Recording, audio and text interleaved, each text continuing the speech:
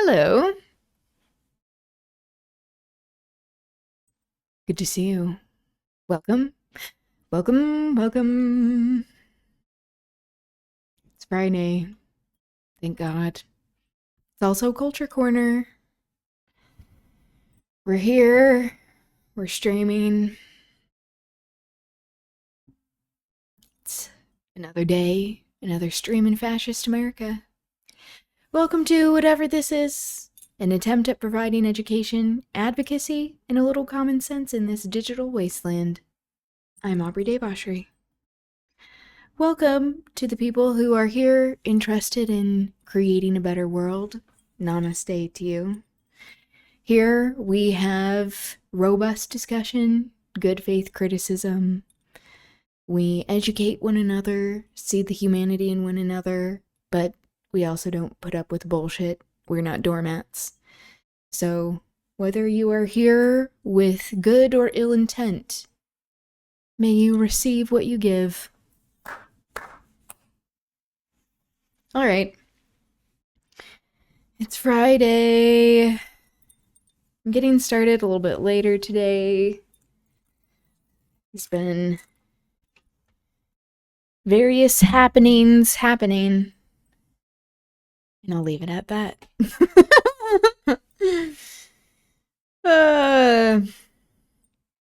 All right.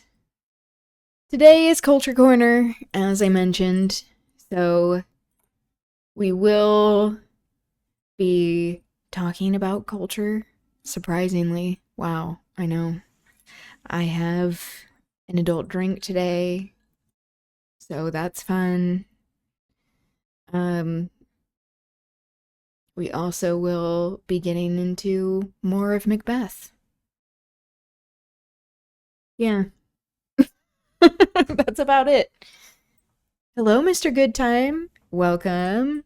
Hey, hey, hey. Glad to have you. How are things with you?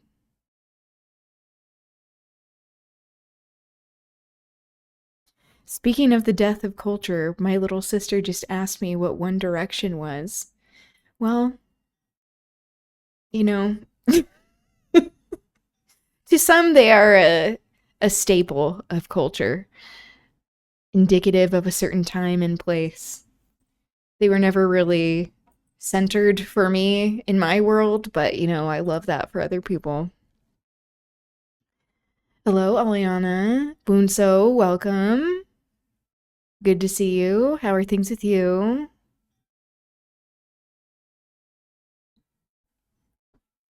So we will be talking about the death of culture? Question mark. This is a video that was recommended by Bounce House, Bouncy, frequent viewer chatter of the stream, and I am very interested in watching it. So we'll watch that, react to that. Oh, maybe I should change. Well, no. I kept the notification and the title of the stream pretty short and concise. Sometimes I think I do too long of both of these. If I'm doing like digital marketing more efficiently, I would have the notification be shorter and more concise. The title maybe a little bit longer, but I end up just copying and pasting both. Because I think there's also something to people, like, that's the notification, that's what you see. I don't know. Who cares? Organizing more, setting up networks. Nice. Glad to hear it. I'm doing all right. Just working on making moves, I guess. Just trying different things to make money, have more progress in my own life, in society. Working various jobs, volunteering for some things, getting more involved with organizing efforts. So, yeah, it's, a matter of trying to balance, like, how much do we divide up our time between all of these things? That can be difficult too. understand and execute, you know, especially when it comes to like with job applications versus, you know, doing more stuff for the stream and trying to figure out what that divide is. But, you know, it's a work in progress. Speaking of a work in progress, I have some planner pages that I designed. They are available on the Patreon. They're for August. The ones for September I am publishing tonight. So if you're interested, you can get them as part of the like $3.33 tier. They're also available for the other tiers, the bonus content tier, the sassy and sensual tier. There also is a post with some information that I shared exclusive to the sassy and sensual one. So it is 18 and up. There you go. Join the Patreon for bonus and 18 plus content. Maybe I should like be more maybe I should have more of a description within that command, but there we go. Already subscribed to the Patreon? Oh, thank you. I appreciate you. That is so nice and helps me out a lot. I am very grateful for you. All right. So to start off, I can't remember if I showed this video at one point, but let's watch it again. This is a video that came out a bit ago, but it was recommended to me in my algorithm recently, so I thought, no, not this again.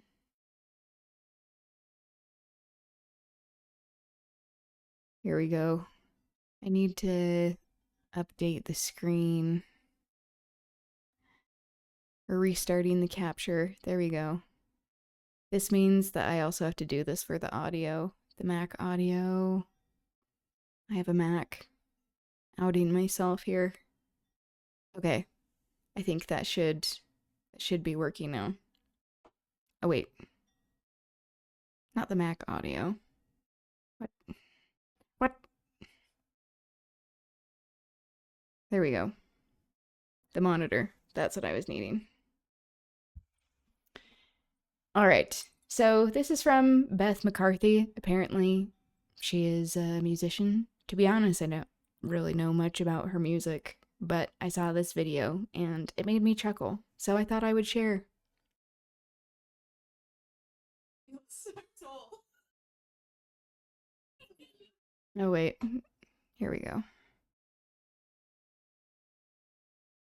Help me. I was fucking around with OBS before this, so I don't know if I like fucked up some settings, but there we go. You're so tall. I'm so tall, I'm gonna fucking kill you. Help me.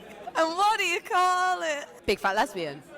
I'm another big fat lesbian. The type that will ruin your life. Okay. And what do you call your type? Mummy? So what's your name? What's your name? Liana.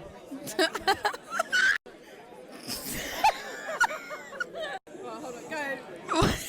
What from the name bit? Really... It's called Gay Panic. I'm funny. What do you What do you Come back, I've got it. I've got it. I'm a professional. I love that part where it zooms in on that guy, confused and heterosexual. Yeah, that is that is seemingly what is happening with him. Call it, and it is you, Daddy. Okay. What do you call your type? Short pink ladies. You're so tall. So the hand, the hand like on like her upper chest there.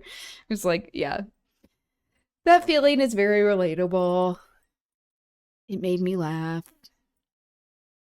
All right. Shall we get into this video? I've not heard of this creator before, to be honest. Max Murphy, but this is The Complete and Total Death of Culture.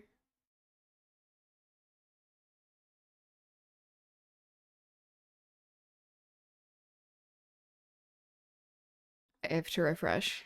In the canvas of 1985, the world was painted with a different color palette.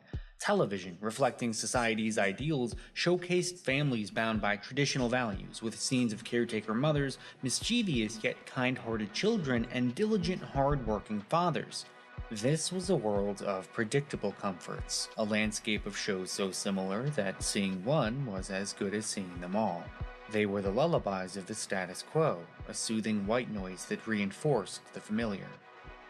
Then, like a bright yellow brushstroke across a black and white canvas, The Simpsons arrived. This iconic yellow family didn't just enter the stage, they stormed it, rewriting the script of entertainment. They weren't just characters, they were sharp, satirical commentators on the American dream, its culture, its politics, its unspoken truths.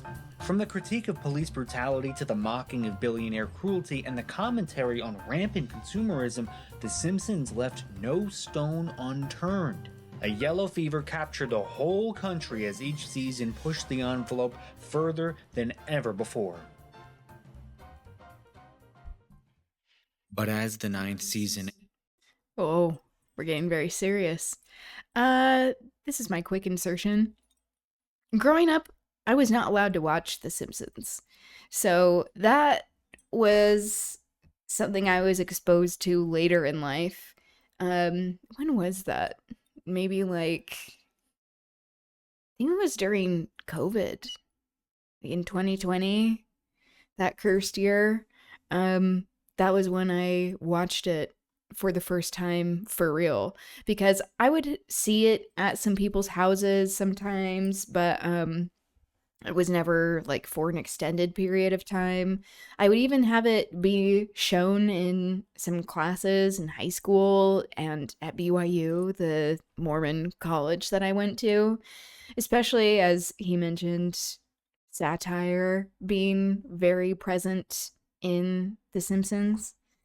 I mean, it can still be very problematic in many ways, like Apu, the character of Apu, and like dealing in stereotypes, and not only with his character, but, you know, especially as someone who is desi, I was like, this is most of the type of caricatures we are used to seeing reflected back to us by a Western gaze, and not the GAYS, not the gay panic we saw at the beginning, but the GAZE, this white gaze.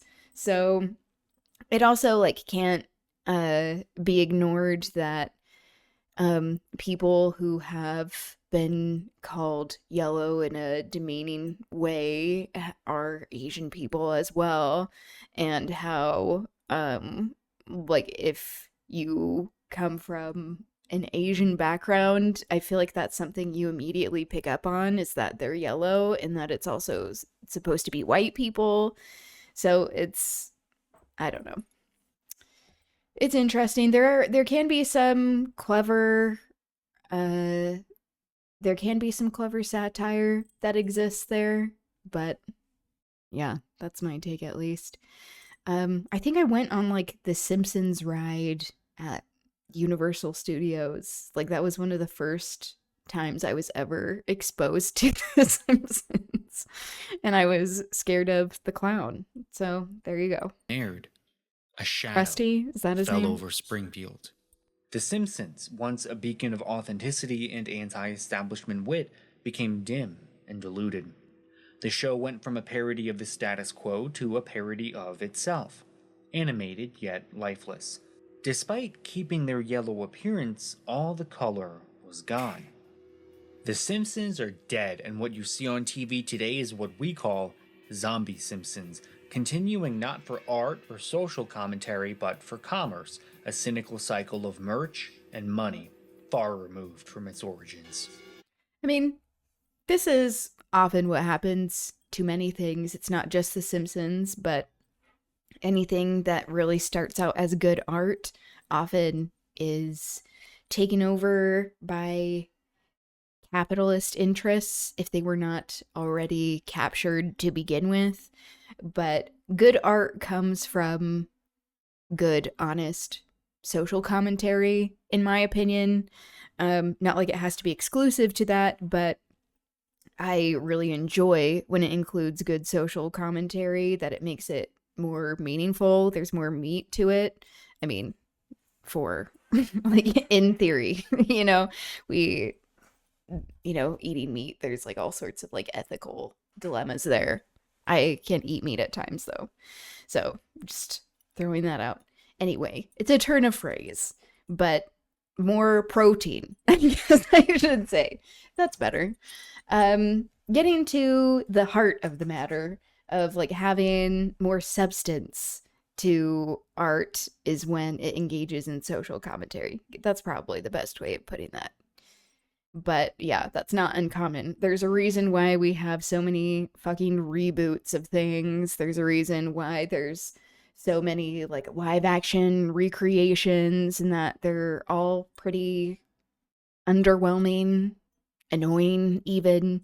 And this is because capitalists are not interested in making good art. They are invested in controlling art and not actually creating something that speaks to people. They're interested in making money.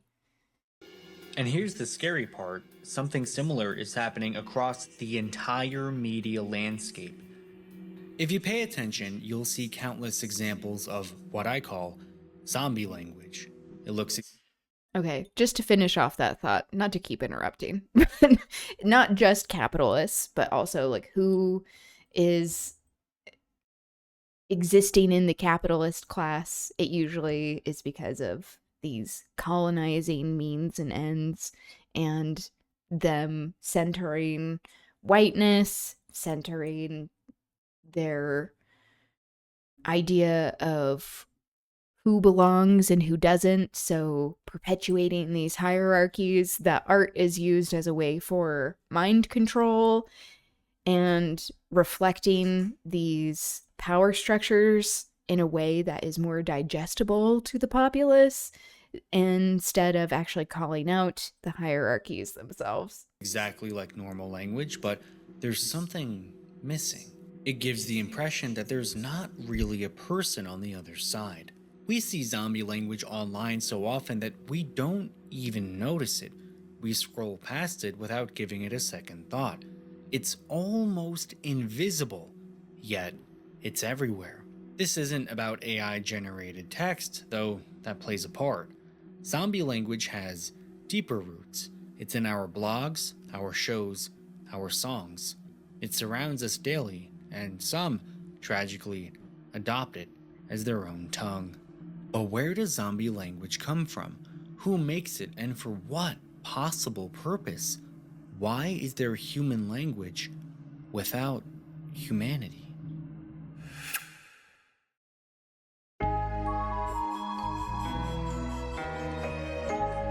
Max Murphy presents The Rise of Zombie Language.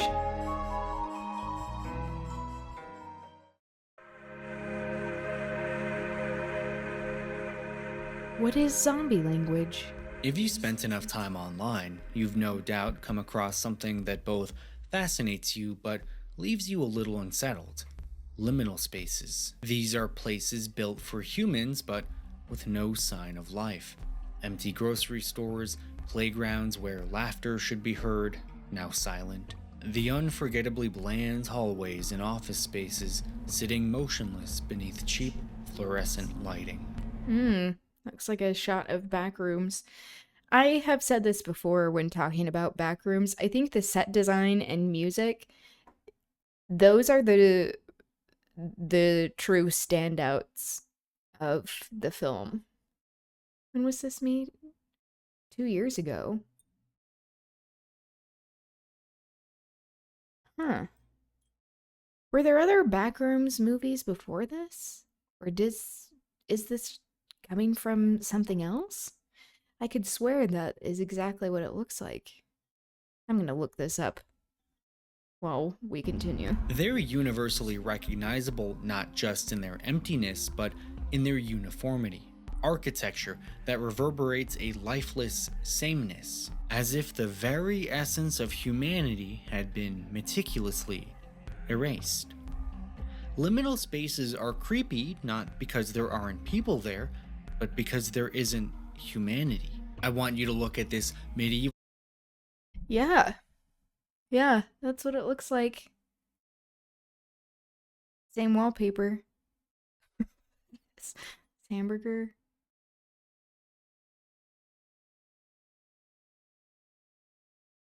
Huh. Am I missing something? hallway. There are no people here, it has inconsistent lighting, and it's even a transitional place. Why isn't this considered a liminal space? Trans place? Well, that building required original thought and craftsmanship. A real person made real decisions. Traditional architecture like that is special because no two structures are the same. Even if humans aren't there now, you know there were at some point. But what the hell is this? There aren't people there, and for all we know, there never really was. We have an instinct for this kind of thing. It's not just physical spaces, this extends to other forms of creation. When something is created by humans, but lacks humanity, you just know it. It's the reason we can watch the current season of The Simpsons and know that something is off. Yeah. I mean, The show declined. I was trying to pause it on here. Whoops. Instinct for this kind of thing. It's not just physical spaces, this extends to other Okay, I fucked forms that of up. creation. When something is created by humans, but lacks humanity, you just know it. It's the reason we can watch the current season. Okay. We need to be checking the brands and such. So the media company, the parent company, whatever, Disney Plus, this is not an accident that, you know, as all of these areas of entertainment and media are being bought up by billionaires, by people who are invested in colonial projects, these billionaires invested in white supremacy and the sameness, that operative term that he used earlier, is that it is about flattening a dynamic world to match their own perspective rather than having a lens that views the diversity of the world, especially as a beautiful thing. The ops passed me and didn't even notice me. Yes. I love that for you. Season of The Simpsons and know that something is off. The I am show God, I am declined because untouchable, it I am a lost its way, survivor.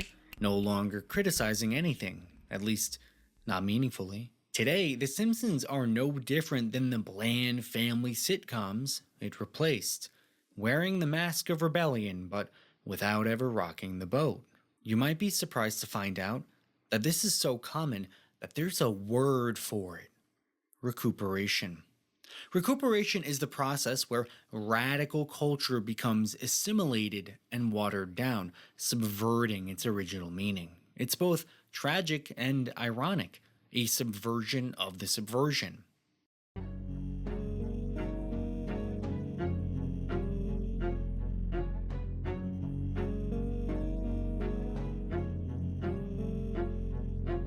Recuperated media speaks in zombie language, and similarly to liminal spaces, we recognize it immediately. It is a human creation without humanity. When The Simpsons was Yeah, creates a recuperated, it sense of stopped speaking unease. truth to power and started speaking zombie language. But to truly understand zombie language, we're gonna need a clear definition, so here we go. Zombie language is a form of communication that lacks genuine human emotion, depth, or connection. It is characterized by its superficiality and insincere nature, serving functional or commercial purposes rather than engaging in meaningful communication. Zombie language is most obvious in art, where the entire point is to communicate something. The essence of art lies in its humanity. When an artist creates, there is meaning, a message, a story, something that actually matters. It's Showing it's the personal. Scream by But Edvard when they're only Munch. showing up for a paycheck and if throw I'm saying his something name together right. so they can just check a I box, should know that. there's not really anything beneath the surface. It's hollow.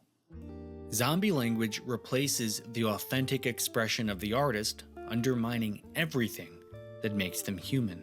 You cannot put creativity onto an assembly line and mass produce it, and when you try, you end up with Zombie Simpsons. A hollow imitation, mere pastiche, an empty shell that means nothing to no one, not even you. But you have to wonder, why does this happen? Not only to The Simpsons, but countless other works of entertainment and culture. Interestingly, the answer can be found in a very common piece of advice. You remember that saying, don't turn your hobby into your job because you'll lose your passion for it? This is popular advice because it's the truth.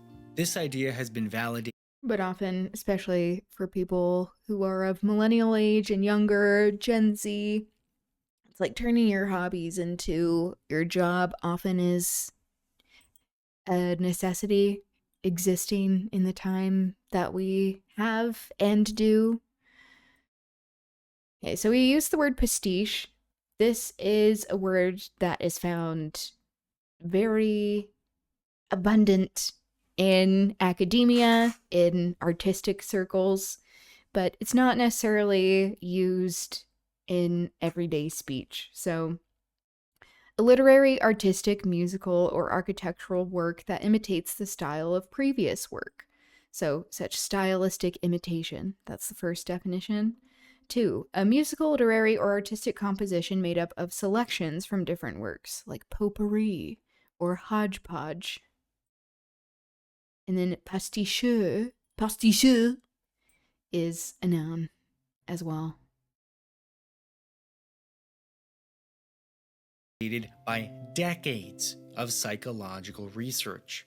Psychologists call it the over-justification effect. Basically, motivation only has two sources. There's intrinsic motivation that comes from inside you, and Boone, so I should have clarified this when you first said this, if you're still around, and not like you need to be. Were those your ops, like saying they're ops, or cops, the pigs that you were able to not be noticed by? external motivation Also, if you aren't comfortable saying, you don't have to. that comes from somewhere else. The over-justification effect explains how external motivation is not very powerful and results in lower performance and poor engagement. It's honestly boring. You wouldn't do it if you weren't getting some kind Ops, of reward. not cops. Whether Okay, it's that's what I showing thought. up to work because you don't want to be homeless, or releasing episodes of the Zombie Simpsons I'm glad so that you can sell more merch. There's a world of that a difference situation between was avoided. cynically chasing rewards and doing something because it's what you're truly supposed to be doing. The evidence is in the outcome. When you're driven by intrinsic motivation, like with your hobby, then you'll not only do a better job, but it will be extremely enjoyable to do in the first place. You do it for the sheer sake of doing it. There's passion and meaning, and it's fun. This is what life is about, and there are millions of examples we could explore. It's a volunteer firefighter saving a family and not asking for anything in return. It's spending your free time editing Wikipedia articles so anyone can learn about Lacanian psychoanalysis. It's mastering a musical instrument so you can jam out to your new favorite song. There is simply no comparison between these two forms of motivation. It's the difference between writing your magnum opus and that half-ass essay from English class. You know exactly what I'm talking about. And this is why it's so dangerous to give people the career advice of just doing what you love. You aren't actually doing what you love. You're selling what you love. It becomes a business transaction. You're not supposed to turn your passion project into your job because the external motivation of money almost always wins out. This dangerous blending of motivation compromises your artistic integrity. It kills your passion and puts it on a t-shirt. This is particularly dangerous for creative projects because the second you start cutting corners so you can just throw something out there, everybody knows it. Even if you can force yourself to go through the motions, you cannot change your brain's wiring. You're not overcoming writer's block, you're fist-fighting evolution. Whatever it is you're creating will speak in zombie language because you can't fake the real thing. This is why those early episodes of The Simpsons, as unpolished as they were, are infinitely more watchable than the big budget, high production value nonsense being released today. What makes recuperation so tragically common is that everyone is vulnerable to this external motivation of money. It's not anyone's fault, it's not a conspiracy. It's just the way the system works right now. It doesn't matter how talented you are. It doesn't matter how pure your motivations may be in the start. Sooner or later, money becomes a factor. And when it does, it swallows you whole. The end result is a culture characterized by emptiness, where the zombie Simpsons aren't some tragic outlier, but the norm. You shouldn't be surprised to find out that almost everything in popular culture is created in this cynical pursuit of money, where the entire media landscape speaks zombie language.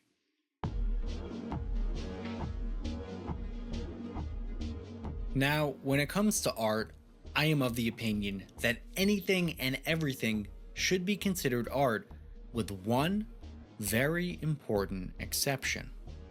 This. Advertising is not art. Advertising steals ideas from art, but it is not and cannot ever be art itself. And to show you... Yeah, it's not an accident that, you know, most people who graduate within the humanities, the artistic fields, I mean, not like you even have to be graduating from a school to be doing this, but if we're talking about the workforce of like white collar work, where people are often funneled into the advertisement channel, I guess, is that there are such limited jobs available that actually have respect for artistic integrity, that especially existing in the US, but not exclusive to the US, where there are not programs really to fund artists, and that like most people end up, when you graduate in these types of areas working in advertising, that's not an accident. This is where most of the jobs are, of like, I graduated in English and like have a minor in music, in voice, and how like ideally I was wanting to like work for a publishing house or like a magazine or something like that, doing copywriting or like whatever. But most of the jobs that were available upon leaving were in advertising and marketing. Wear gloves? Oh, okay. I will, in fact. Here they are. Thank you for the redemption of points. Sassy stars is what I've called them on the channel. Also, by the way, we are working towards sassy stars. I know. Like, I have some sassy stars today. We are working towards 30,000 channel points, sassy stars, going towards me playing a game for the first time on the stream, not just word games. So, oh, and the sassy fan. Okay.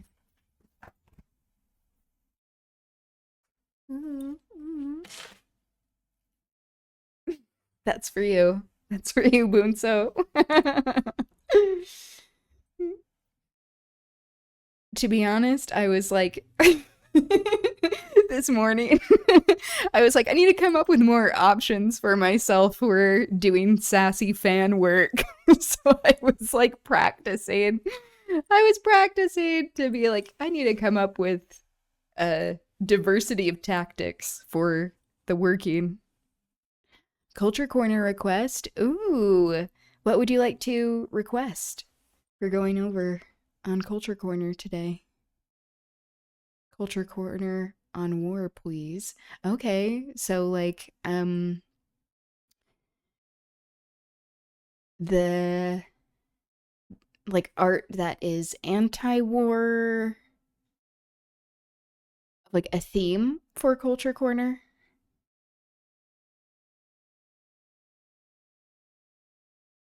Yeah. What are the specifics on the art of war? Oh, okay. Maybe we can talk about like the book by Sun Tzu, The Art of War. Okay. I do have an announcement.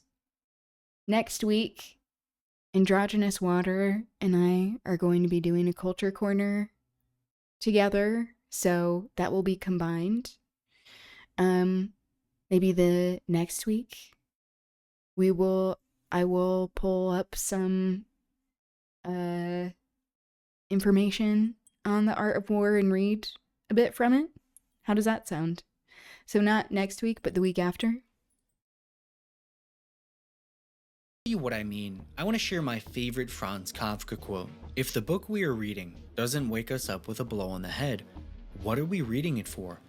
We need the books that affect us like a disaster, that grieve us deeply, like the death of someone we loved more than ourselves. A book must be the axe for the frozen sea inside us. You can replace book for any art form. A song, Yes. a poem, a picture, I love any a video. sort of book Something that was made recommendations. by humans and for humans. All of this A book falls to go under the over for umbrella that term culture of corner? the humanities, Or just with in an general? emphasis on expressing, interpreting, and creating things about the human condition. It's beautiful. This is what makes life worth living. The opposite of the humanities is not science or math, For the culture corner. but advertising. Oh, okay. If a good piece of art is the axe for the frozen sea inside us, then advertising Fry the is a blanket of brains. snow. Advertising takes you away from the frozen sea inside yourself, fills you with desire for consumer crap you didn't even know existed, and sucks your soul right out of your fucking eyeballs. They spend billions of dollars every year Okay. to bombard you with ads Very because they cool. are so blatantly anti-human sharing. that we will do anything to get away from them. And why is that? Advertising is driven purely by the cold-hearted, cutthroat pursuit of profit. It is the opposite of art. It is the abomination of abominations. And the worst part is, there is no escaping them ever. Every time you turn on the TV, watch a YouTube video, read breaking news, drive on the highway, sit in a public space, and now, even when you look up at the night sky, there will be an ad there telling you to buy my product! No one ever wakes up and thinks to themselves, you know what the world Imagine really if that's needs? where it ended. More car commercials. It hasn't happened and never will. Everyone knows that ads suck and they make the world a worse place. You couldn't create something Yeah, be more careful. insincere if you tried. Art is beautiful because of the intrinsic motivation to make it. It's human Also, I'm not going to. in the truest sense of the word. But I'm what just does that crazy make fun. advertising? Good. Something that is Not gonna never stop people created from with having intrinsic motivation. Something that wouldn't even exist unless someone was making a quick buck. Well, I call that zombie language. When a creator of any kind sacrifices their artistic integrity for the external motivation of money, their creation becomes a little bit less like art and a lot more like an ad. Similarly to how infections work in zombie movies, you don't consciously realize that you've become a zombie. It just sort of happens. And at this point, Zombie language has infected society at every level, swallowed the entirety of our culture, and is rotting public consciousness from the inside out. This is a problem that goes far beyond any individual artist. It's systemic. It seems that everything gets recuperated and speaks zombie language sooner or later. And this is where things get terrifying.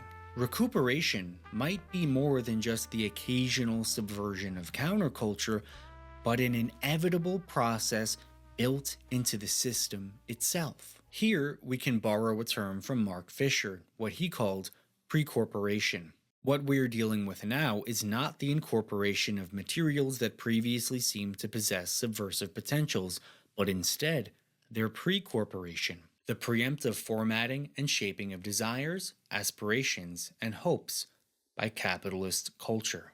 Culture doesn't even need to be actively recuperated anymore. The industry, by its very nature, has built that into the process, making it inevitable. If you believe Fisher, then The Simpsons wasn't recuperated so much as it was pre-corporated. After all, it aired on Fox Network, which is owned by Rupert Murdoch, a billionaire media mogul. Was it really possible to challenge the system when your show was on Fox relies on the before system itself it was to on reach the audience Disney in the first Plus. place?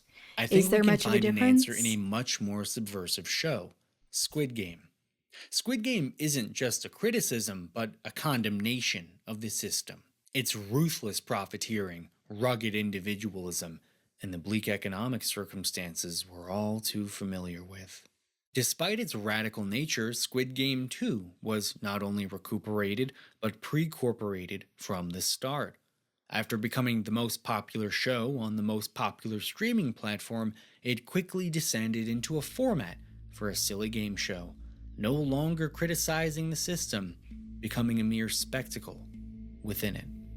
And with the most popular IP they've ever had, Netflix will do what any smart business would: run it into the ground until it loses any inherent meaning or value. As Netflix CEO Ted Sarandos put it, the Squid Game universe has just begun. This means more merch, more goofy game shows, more seasons of the actual show coming out sometime this year, completely diluting and likely what it was originally many about. years to come. More spin-offs and sequels and remakes and God knows what else. The original story, and what made it great, will be forgotten. Look, Squid Game is their intellectual property, and it is their free market right to maximize profit any way they can. But am I the only one who thinks handing over our culture stories to these business goons just feels wrong? Gi Hyun, this kind-hearted father drowning in debt, was just so relatable. He was a different race, practiced a different religion, even spoke a different language. None of that mattered because the story captured our collective consciousness in a way that happens only once in a generation. And quite honestly, it pains me to know that this is just another media property to be run into the ground, to be excavated, mined, and depleted until there is nothing left. Squid Game is following in the footsteps of The Simpsons. Capture the world's attention by making something truly great, and then begin the inevitable march towards zombification, just like they all do. Squid Game fought the system, and the system won. Is true artistic innovation even possible anymore?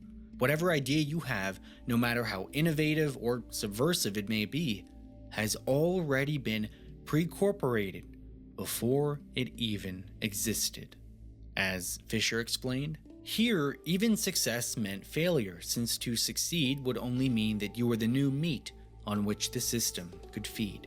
This is exactly how we end up with a media landscape dominated by zombie language. The artists as it was. Oh, are chasing. I didn't want to stop on that frame. That was unflattering. The capitalist realism. The term capitalist is very central here, because it's like, can we have anything that is considered innovative within these capitalist systems that are colonizing, very interested in continued colonization of our minds? So it's like, I mean, there is plenty of culture that exists outside of these systems that is very important to be talking about, which is, you know, a large reason why we even do Culture Corner. But why we can't depend on these systems to create good art. But sadly, as we are existing within global capitalism, it a lot of the time is necessary to have money to create art or to have it be seen by more people. But that is also the knee-jerk inclination is to have us believe that we are always dependent on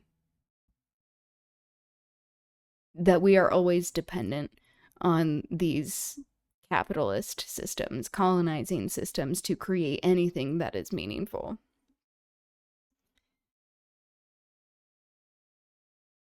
Let me tell you about fascist pipelines. Yeah.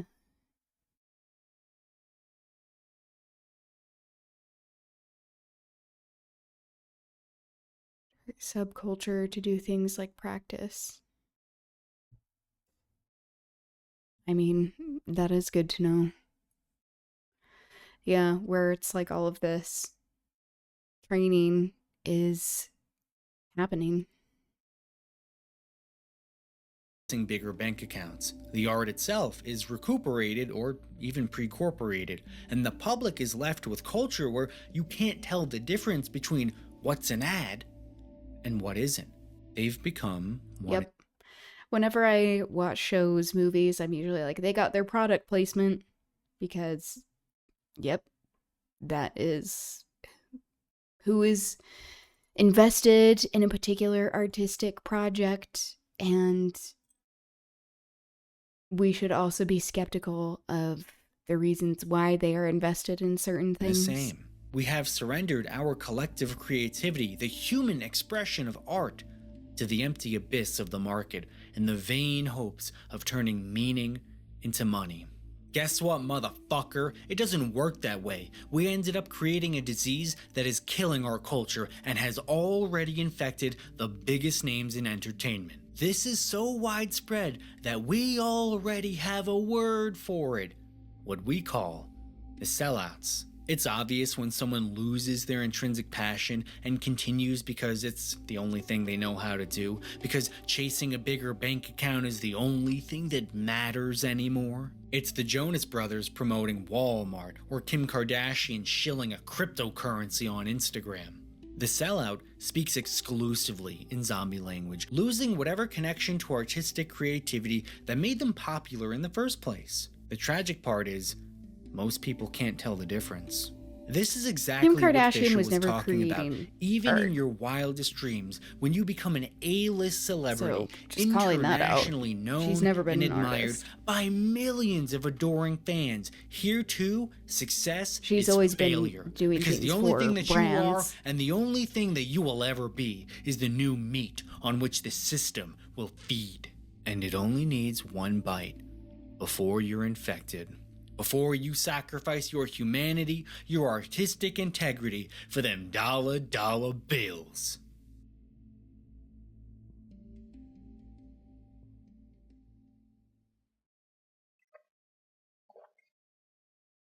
It was a long pause. I was like, is that the end?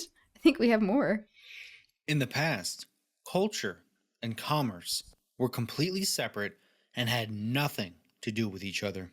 Myths, legends, and folklore evolved organically, not for profit, but as sincere expressions of human experience and belief.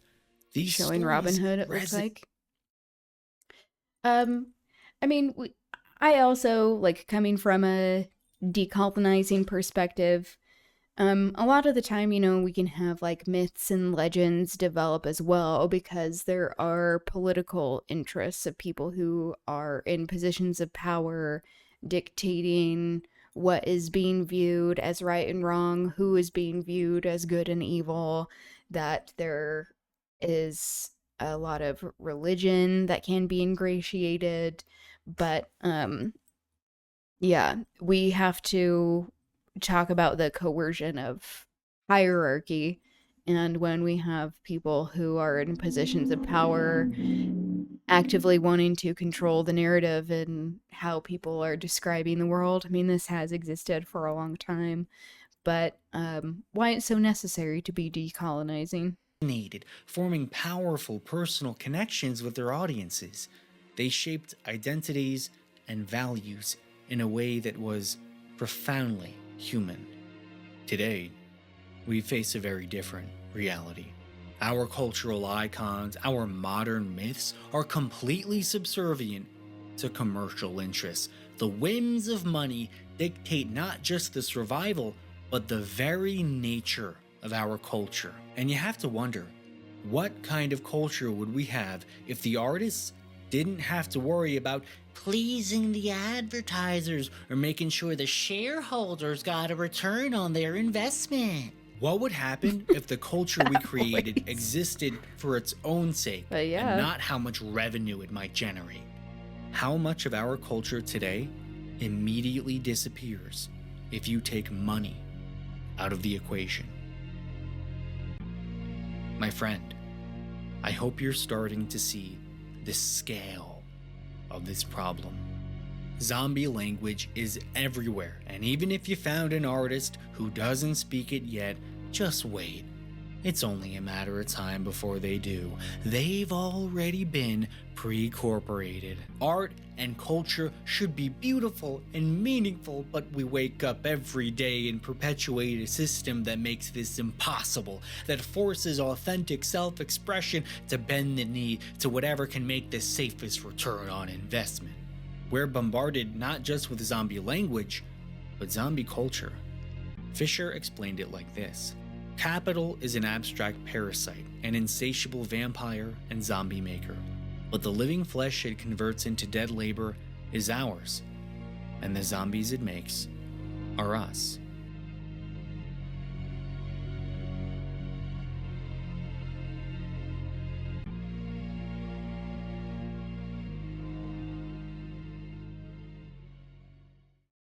Now listen, I know exactly what you're thinking right now. Okay, fine. The media is dominated by zombie language, blah, blah, blah, but I'm kinda tuned out of that world. And I'm not an artist myself, so I'm not speaking zombie language. The infection ain't got me, bro. This My video is friend, interesting. I've got some really, really bad news. You Forcing us already to speak have zombie more of a language conversation of fluently. All the evidence is on display for the whole world to see on your very own social media feed. yeah, like if we can even create art outside of these things, which I think we can. These things, meaning systems of oppression. To show you how you're already fluent in zombie language, we need to understand the famous saying, the medium is the message. This idea comes from Canadian philosopher Marshall McLuhan and explains how the medium being used to communicate actively shapes what is being said. Think about the medium of news websites that regularly resort to using outrageous and misleading headlines to maximize traffic. The desperation to attract as many readers as possible actively shapes not only what is written, but how it's written. The medium is the message. This idea gets interesting on social media. These websites were ostensibly created to foster connection and authenticity, but if you spent enough time here, you know the truth. There is a very big difference between you on social media and you, the real person. It's the difference between the curated self and the actual self. What you post to social media is not the raw, unfiltered truth, but a selective slice of what you want the world to see. This is true across all social media platforms, but I think LinkedIn provides an interesting example. In order to land that next job, you need to maintain an LinkedIn. appearance. Wear a Not one I was mask, expecting. if you will. You're gonna post about all the things you learned working on that one really difficult project. What a great experience it was working with so-and-so. And you'll publicly praise your company's leaders, even if you secretly hate them. But you know what you're not gonna post? That rant floating around in your head about how you hate working, and if you weren't compelled to work to feed yourself, you would never work again a day in your life. You're not gonna post about how toxic your previous employer was and how their malicious ignorance drained whatever was left of your sanity. You're not gonna post about your fantasy of escaping the modern world and living in nature because dying alone in the woods is somehow preferable to whatever the fuck this is. You see what I mean? You understand what you're supposed to say to look professional, even if it isn't really true. Especially if it isn't true. You've got to put on your... Yeah, I mean, especially with LinkedIn being like from the jump, it is just incredibly capitalist. The whole point is to find jobs, talk about professional portfolio, that it's like it is corporate by nature. So I don't think there's like any way to remove the corporate nature from LinkedIn, because that's like what it was built to do. Yeah, it's like I don't think anyone is necessarily going to LinkedIn to look for art necessarily. They're looking for people to employ. I mean, you can have like artists who use LinkedIn, but often I feel like most of the time people are like hired artists have more of a portfolio on their other social media platforms and accounts like TikTok, Instagram, and that is more of a primary way to go about things. But I mean, yeah, there's still an element of people having their portfolio on there, but anything that you are creating for a portfolio, like it can be argued, is corporate and capitalist in nature, because in order to get a job, that's usually what is required. Zombie mask and speak zombie language, because this is what life is now, baby. One big lie so we can make enough money to keep buying laundry detergent. Similarly to how sellouts continue for the external motivation of money. Also, just to like continue that thought, to round it off a bit, is that it's harder to see the corporate interests at play on some of these other social media platforms, because like Instagram supposedly started out as a way for people to share like photos, and then it turned into videos, and TikTok to be more of like a stripped down real version of everyday life, reacting to things. And that, you know, it has always been corporate to begin with, these platforms. So like any social media platform that exists is corporate in nature. I think that's just the long and short of it. But I think people tend to think that it's a little bit easier to separate the corporate nature from the art on some of these other platforms, whereas in LinkedIn it's just like that's what it is. And so like I get he's also talking about the workplace, but yeah, of like in my mind sometimes it's more nefarious for us to be buying into the system of social media itself because of the art, the good art that is shared there, and how it keeps us on the platforms. Whereas like I think people use LinkedIn in a very selective way, And people tend to think that there is more art shared in a more democratic manner, whatever that even means, on some of these other social platforms. And it lulls us into a sense of security of, but we're still, because we're still on the platform that is enriching these billionaires and fascist colonizers who are in power. So too do we chase external rewards on social media sites like, Which it's like, we're on Twitch right now, owned by Bezos, Jeffrey Bezos, and how, like, you know, most of these platforms have been co-opted. It's not an accident, because they're wanting to control how we communicate with one another and control the algorithms to make sure that we are seeing particular things so that we are having a particular view of ourselves and others that align with their own agendas. LinkedIn, where the mask we wear has a very real impact on our social status, employability, and finances. But LinkedIn is unique in the sense that no one really cares how many likes or follows they get, so long as they can look like a nice little worker drone to potential employers. Once you get hired, you don't use LinkedIn again until you're looking for another job. It's a clown show of charlatans, and everybody knows it. The real spectacle is on platforms like Facebook, Instagram, and here on YouTube, where engagement is king. Here, the curated self isn't just a mask, it's a commodity. Every post, every photo, every video is a bid for attention, likes, shares, and ultimately, validation. Yeah, the attention economy. Please, validate me. Smash the like button for the little boy that was never hugged because he was raised by wolves. No, Mom, I can't eat another raw deer. Oh, God. Smash the like button. Well, the person raised by wolves might be better off for the sake of growing posting, outside of, you're growing up chasing outside of validation, the another external technological reward. This is hellscape where the that we medium often is find the ourselves message in. becomes something more insidious.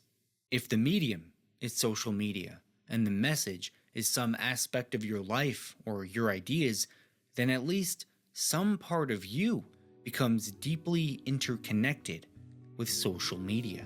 The line between the curated self and the actual self becomes blurred. You become what social media conditions you to be. This quest for validation has distorted everything, turning genuine moments into performances and authenticity into spectacle. This is why I have not been on social media consistently for my life. And people who know me well know this to be true. Of me having bouts of being on social media and then being off it, you know, most of the time. And it is because it stresses me out. And I don't like feeling like your own person is like reduced to what you are presenting on a social media platform. It just is so oversimplified, and that is the intent. And like what he is saying, it is all about curation. It's not about like forming genuine connection, even though like it can help introduce some people to your life of like various types of art or like ways of existing. That organizing can happen on these platforms. But, you know, like, until we are able to organize in an effective manner outside of these platforms, where they are not controlling the means of production, where these billionaires, like, we're still losing when the primary form of organization is happening on social media. These social media platforms that are owned by these colonizing fascist billionaires who are invested in the industrial war complex and all of these various industries that are making it so our material conditions are just so utterly deplorable. And that like us continuing to use them is continuing the problem, which I also realize the irony of saying this on a social media platform that is owned by Jeffrey Bezos. So like why it's so necessary to have other forms of communication, other forms of connection, of actually gathering with human beings and having conversations that are not through these means. This is going to be just increasingly important as time goes on. All human experiences have become more like reality TV, not entirely scripted, but definitely not authentic. If you've ever been a social media power user or, God forbid, an influencer, you'll notice your thoughts start becoming neatly packaged pieces of content. You don't even need to curate your thoughts, since curation becomes integral to how you think. And the more you think in this social media language, the more views, likes, and shares you get. More precious validation. It's not just that you start speaking zombie language, you start thinking in zombie language, replacing your own internal monologue and thought process. It's as if you rewired your brain to maximize compatibility with the algorithm. And when I feel like this also happens, like on clearly on social media platforms, but the appropriation that exists it happens at a much more widespread and rapid pace, and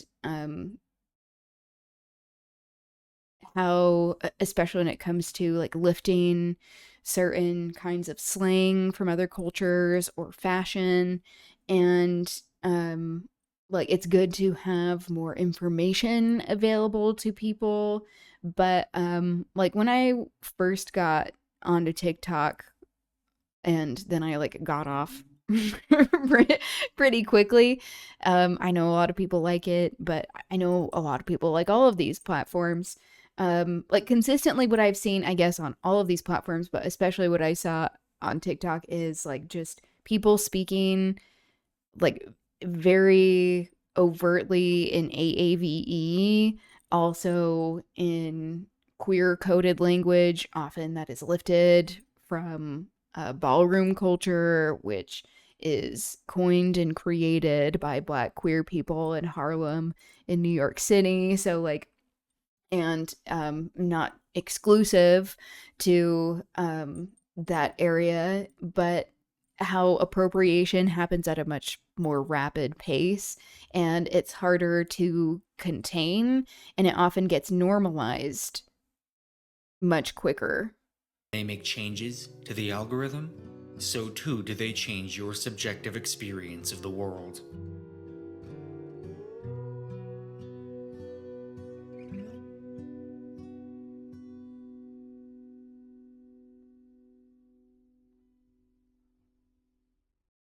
We fool ourselves that we're creating for other humans, because we're not. We're creating content for the algorithm to plunder as it sees fit. We don't want the approval of people, we want the approval of the algorithm. Those cursed numbers, Robots. the likes, views, and shares that pop up next to every single thing you post, displayed for the whole world to see, so everyone can know if you've been a good Having little worked in boy social for the media algorithm. management, this also Thanks to contributes social to media, my we're all distaste fluent in and our new disillusionment. mother tongue. Zombie language, the language of lies and appearance, empty words spoken from masks where everything is the inversion of the truth, even the truth itself. A world where nothing is said if it does not somehow benefit your bank account or social status. A dystopia of deception from top to bottom, and there ain't shit you can do about it. We're all fucked, and we're all gonna die, and I've only got one thing to say about that. To the algorithm, please love me. I've done everything you asked, and I'll do anything else. It's all for you. It always has been and always will be. Thank you. I love you. In And the also, name of who the controls these guidelines and algorithms? the advertisers and the shareholders, Amen. Silence. What the Uh-oh. duck? It's really you? Oh my golly! You said you'll do anything I ask. Yes, of course! Anything for you, anything! In order to live in my world, then you must die in yours. Wait, what?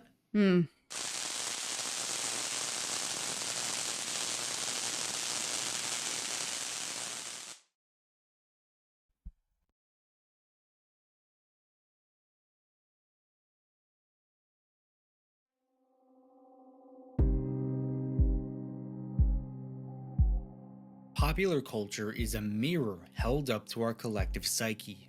And when we look in that mirror, what do we see? A new kind of monster. One that only came to prominence in the last century. A monster that has taken the world by storm, from movies to TV shows, video games, and Halloween costumes. You guessed it, vampires. Nah, I'm kidding. I'm just kidding. It's zombies. It's definitely zombies. Psychologist John Vervaeke co-wrote Zombies in Western Culture, an interesting analysis of the rise of zombies in popular fiction. He makes a I mean, I think pop culture has existed longer than that. Of like as we're reading Shakespeare was popular culture.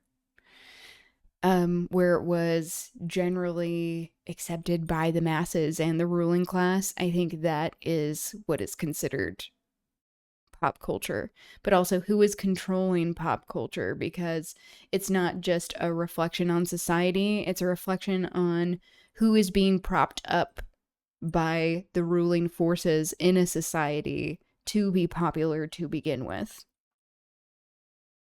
Also, just so that we can get to more of the things that I planned today, I'm going to speed compelling it up case just that a little zombies bit. are prevalent because they're a subconscious reflection of our lack of direction, meaning, and purpose. Today, we're missing a coherent worldview. As Vervaeke defined it, a worldview is two things simultaneously. One, a model of the world, and two, a model for acting in that world. It turns the individual into an agent who acts, and it turns the world into an arena in which those actions make sense. It's easy to see how most people don't really have that anymore. We're living after the death of God, and nothing has stepped in to take Christianity's place. We're left with a profound emptiness. As Vervaeke explains, a fluid worldview is akin to a healthy and balanced ecology. Just as there is the possibility for an ecological crisis, there is also a possibility for a worldview crisis. The zombie apocalypse represents such a crisis. Now, I was a little skeptical when I first read this book, but I've been won over because it just explains too much. Plus, it gives me the perfect excuse to talk about zombies in this video, so here we are. I mean, also talking about the death of God, I don't know if that has ever existed. Like, I know it's talking about a particular era of saying, like, especially after World War I, where there was so much death and destruction with trench warfare specifically, where there were whole towns of young men that were just completely obliterated, of like where there weren't any young men coming back, and how the way I phrased that was not accurate. Towns of young men, where there were whole towns of where almost all of the young men who went to war did not come back. That's a better way of saying that. Jesus. Or not Jesus, I guess. Where there was this distrust in religion, also the religious language encouraging people to go to war for these oppressive systems and the ruling class, that it wasn't as effective. Like there was this distrust in belief systems in general. But I mean, I would argue like religion and politics, especially in Western nations, what is considered Western nations, has never left. That just has continued to be a thing. It just looks differently. Whether people felt like they have been able to talk about it more overtly. But that is kind of an element of like what has led to the moment we are in, particularly in the US, of people who are right-wing trying to say like, oh, there is this death of God and we have to reclaim it. And it's like, there hasn't really been a death of God. That there are still so many ways that it is institutionalized and systematized in these oppressive systems. It's just that people are not talking about it as much. It's like, yes, there are people who are not going to church as much, that is not quite as normalized as what it used to be, but also that this is what happens when people are feeling a distrust in the world in general and starting to break down some of the propaganda that exists within religion that is also embedded in these larger political systems as well. So yeah, it's now being used, and I know this was 2 years ago, but used as a way to justify like Christian nationalism that never has gone away. Zombies made their first major appearance in the 1932 film White Zombie. Since then, zombie-related media has completely taken off, exploring different themes, characters, and worlds. But for everything that has changed over the years, certain aspects of zombies have, interestingly, remained the same. And it's only when you look at those traits that things start making sense. For one, zombies don't talk, but they can always make those creepy guttural noises and grunt. So it's not like they're physically handicapped, but mentally incapable of speaking. Hello, Linton. You could say Welcome. zombies speak zombie language. How are you doing? We live in a world where every sound that comes out of your mouth and every letter you type on your keyboard is filtered through the lens of how it affects you. Will my friends still like me if I say I hated that Wikipedia page of a movie, Oppenheimer? Fuck honesty, fuck truth, just say whatever you need to say. It doesn't really matter. Like zombies, all we're doing is broadcasting our own emptiness. You may not have thought about it, but zombies are communal. They're always in a horde. But have you ever noticed the zombies' relationships to each other? They never help each other, even when it's in their own interest. They'll even push each other out of the way to get ahead. The presence or absence of any other zombie is simply irrelevant. They don't even acknowledge each other's existence, surrounded by others, but there is but completely groupthink alone. because they don't They have have the underpinnings of individuality. self-organization, but without the narrative imagination that gathers common purpose. They're not. Yeah, I think highlighting here, like the operative term here is Western culture, because, you know, there are many other cultures that exist out of Western culture, what is even categorized as Western to begin with, that, you know, many of us who have a multicultural experience and upbringing can understand that there is like a wealth of culture to be had outside of these systems of who is telling us like who belongs and who doesn't. So like just keeping that in mind, that this does have more of like a Western lens. Actually working together, they're just working toward the same goal, making money, and I mean eating brains. This twisted sense of community mirrors our own. Wherever we gather, we aren't sharing experiences, we're just in the same place, doing the same thing at the same time. There's no authentic connection, whether it's students in the classroom, workers in the office, or wherever else you end up. But as much as we hate it, it isn't really anyone's fault, because zombies are not evil. The zombie does not possess malevolence. Even as it drags itself forward in consumption, it is merely scrabbling to satisfy a base instinct of its own craving, but it does not do so with the awareness of malintent. Something I hope you've noticed throughout this video is that there's no evil mastermind controlling everything. There doesn't need to be. Obviously, there will always be bad people who do bad things, but what we're suffering from with zombie language is not the doing of any individual or group of individuals. This is systemic. People are doing what's in their logical best interest to do, and that's exactly the problem. I mean, there are groups of people in the 1%. You know, there are like a very few amount of people. So like, I think that is good to be calling out. And since this came out 2 years ago, this has only just exacerbated the conditions, like all that we are experiencing. Doing good. Found a new song. Bottle load up of the old weed vape. Nice. Love that. I'm intrigued about the song. How's your day been? My day's been all right. Just, making moves, trying to figure shit out. Zoopador, speaking of, Zoop helped me figure out captions for the stream. Are they showing? I went to all that work. I'm like, I think it worked. I checked. So hopefully it does. Cut crease. You could cut through stone with that crease. Ooh, thank you. Thank you for your help, Zoop. Amazing. I'm very glad to know people who are great at technology, great streamers, such as yourself, or just you. I guess I could say you. I'm glad to know you, so thank you. It's a bit of self-interest too, because it makes it easier for me to keep up. I mean, I love that. Palestinian Italian artist. Yeah, I would love to go over this. Thank you for sharing. Tara? Incredible. Says, the uploader has not made this video available in your country? Video unavailable? Algo strikes again. Damn. Yeah, the uploader. As if it's not like the people who are controlling the platform,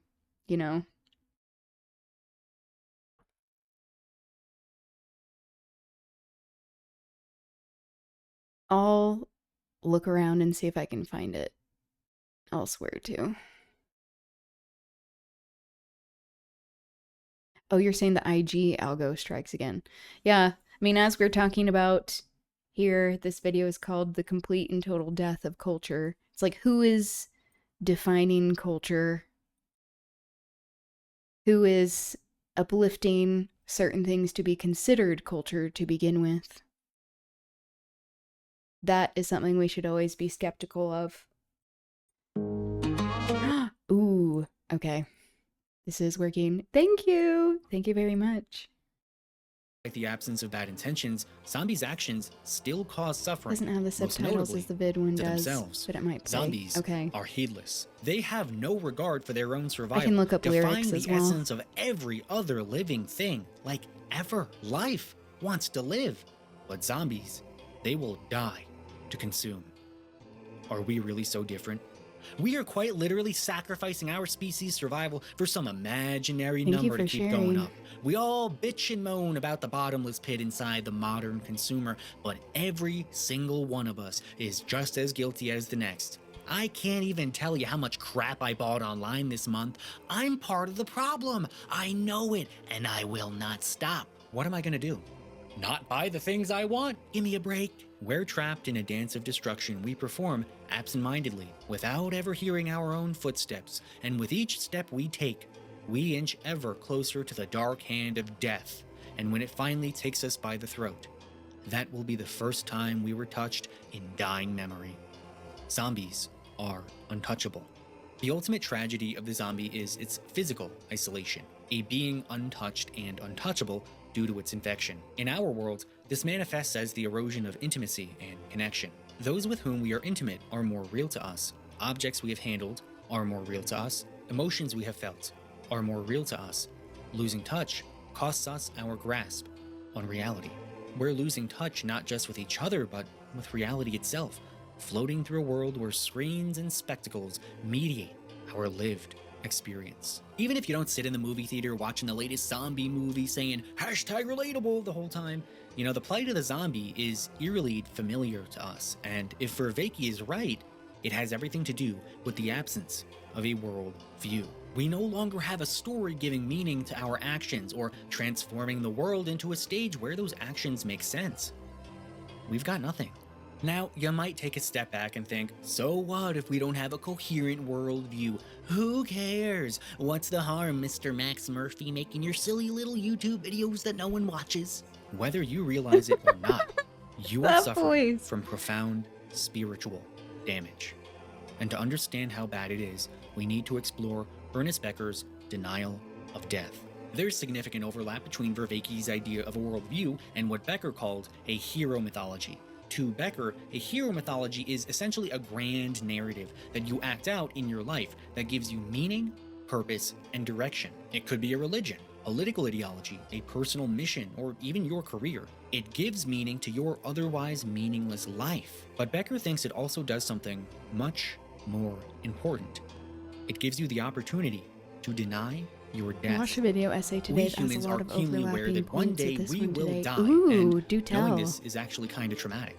As Becker put it, what does it mean to be I'm a intrigued. self-conscious animal? The idea is ludicrous if it is not monstrous. It means to know that Or do one share. is food for worms. This is the terror. If we aren't able to get to it today, I may be streaming over the weekend. We will see, but we can get to it next week if we aren't able to get to it today or later. To have I'm trying to emerged play. from Okay. nothing, to have a name, consciousness of self, deep inner feelings, and excruciating inner yearning for life and self-expression. And with all this yet to die, it seems like a hoax, which is why one type of cultural man rebels openly against the idea of God. What kind of deity would create such complex and fancy worm food? We're hardwired for survival, but deep down, we know these efforts are ultimately futile. We will not survive, and we know it. This creates a sense of death anxiety, a looming shadow that follows you at all times, whispering bitter nothings into your filthy little ears. In order to be okay, you need a way to forget about this shit.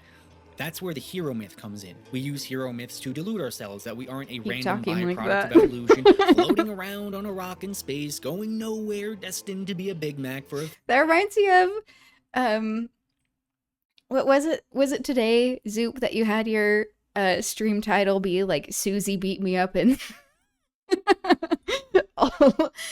all that it left me with is this lousy kink. I'm making it like not at all close to what it was, but it made me laugh. I liked that.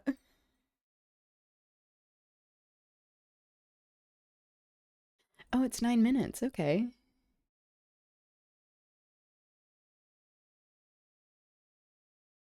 Black people can't die. Very cool. That's pretty much it. This lousy kink. That also is like keep talking to me that way.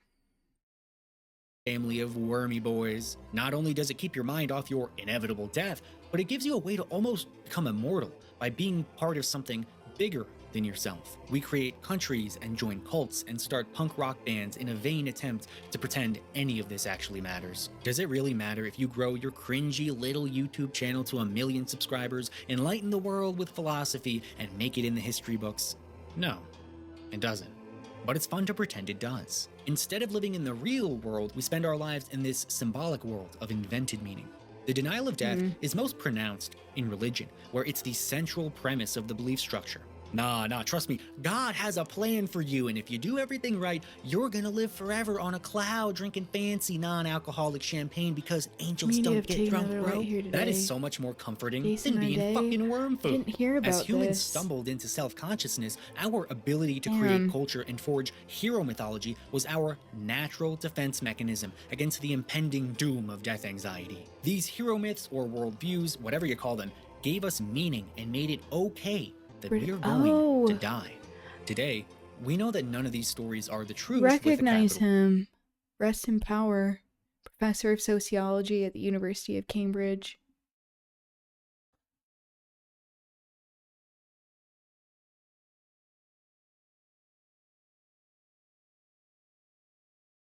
Jesus.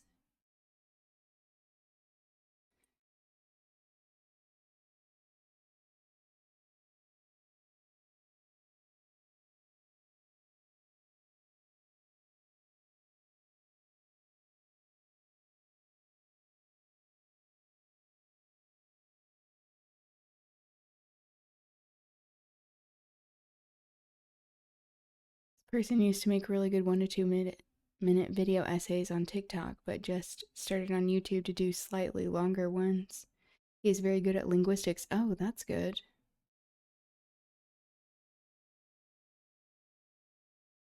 Yeah, that's cool. I need to check out more of his content.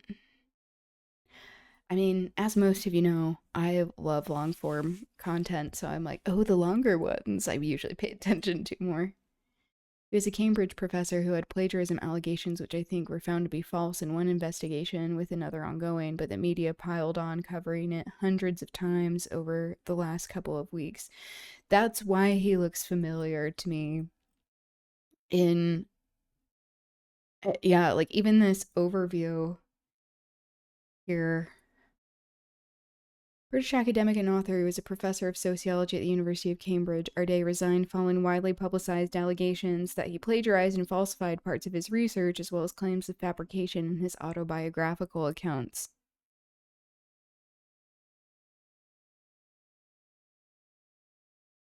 I wonder as well how this coincides with various types of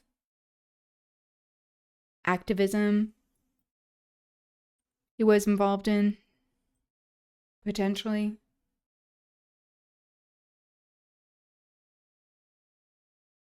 I've watched all sorts of long, thorough breakdowns that I've started to become very impressed by people who can say things succinctly. No, it is true.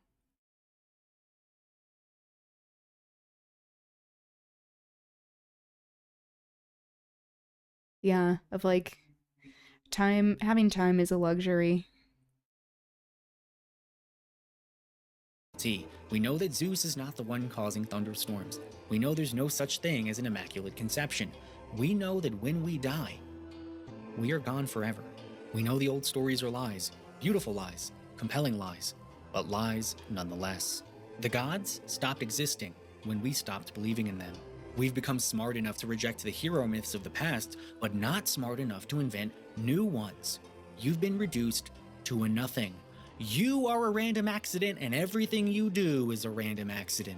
The end result Coverage of is the the case is nihilistic certainly extremely nothingness racist. infecting everyone like a disease, transforming us all into the decaying pile of You don't hear corpses about the eating tens brains of other on the big equivalent screen. cases with We white need a academics, modern-day even from hero the myth, same a university. contemporary Yep. Jesus or Buddha or Zeus, someone who is capable of standing up and telling us what the fuck is going on here. How am I supposed to figure out what to do with my life when the only people who might tell me are too busy trying to sell me a Denied subscription any to BetterHelp? plagiarism, but I admitted don't need errors in therapy. his I work. need a hero myth, goddammit! Art and culture were supposed to give us meaning. This is universal across humanity since the very beginning. We need meaning, we love it, we crave it, and we die without it. We're deprived of the one thing we need most, turning life itself into a prison. The worst part is that there are no guards or a warden, no enemies to fight. I think We I saw locked ourselves in solitary confinement, and all we can do is slowly lose our minds as we count the minutes until our inevitable deaths. Modern culture fails to create meaning for anyone. Today, the only reason something gets created is to cynically take other people's money. What can Let me I finish put out this there in the sentence. world that's going to make me rich? Nothing else even matters. Doesn't matter if it's good. Doesn't matter if people even like it. Everything I think I can be saw a video forgiven by as long as it finds a way D'Angelo. to make them dollar bills, baby. And when it does, we'll run it into the ground and suck every ounce of life out of it until Talking it's about nothing him. but an empty husk. Just like The Simpsons, just like everything else. This is why Hollywood keeps putting out sequels and prequels and re-releases and live-action remakes. They're incapable of creating something meaningful anymore. And the infection spreads from generation to generation British as media all class pride entertainment themselves is on the dominated blood by on their nepo hands. babies who inherit the once-in-a-lifetime opportunity to spend their time creating and waste it, making more Yeah, fucking feeling filler like to there are play in these between commercials. And it wouldn't matter if you were fresh blood battles anyway, they because even win if when you it's had a people's great idea, lives. you're just gonna get pre-corporated. Just like Squid Game, just like everything else. Culture is supposed to give us meaning and direction and hope, but it doesn't do any of that anymore. It only takes from you. It takes your attention, your money, and your dreams, and it crushes them down to make a smoothie for some Hollywood executive to drink on his fucking yacht. We're facing a crisis of meaning today, and you wanna know why? Because we don't have any hero myths. They've all been recuperated. Hero myths were supposed to be our protection, our shield from the impending doom of death anxiety. They were the narratives that held us together, that made this journey meaningful despite its inevitable end. But in the pursuit of fleeting pleasures and cheap consumer crap, we've auctioned off all that makes us human. Now, we don't have any protection. We don't have any meaning.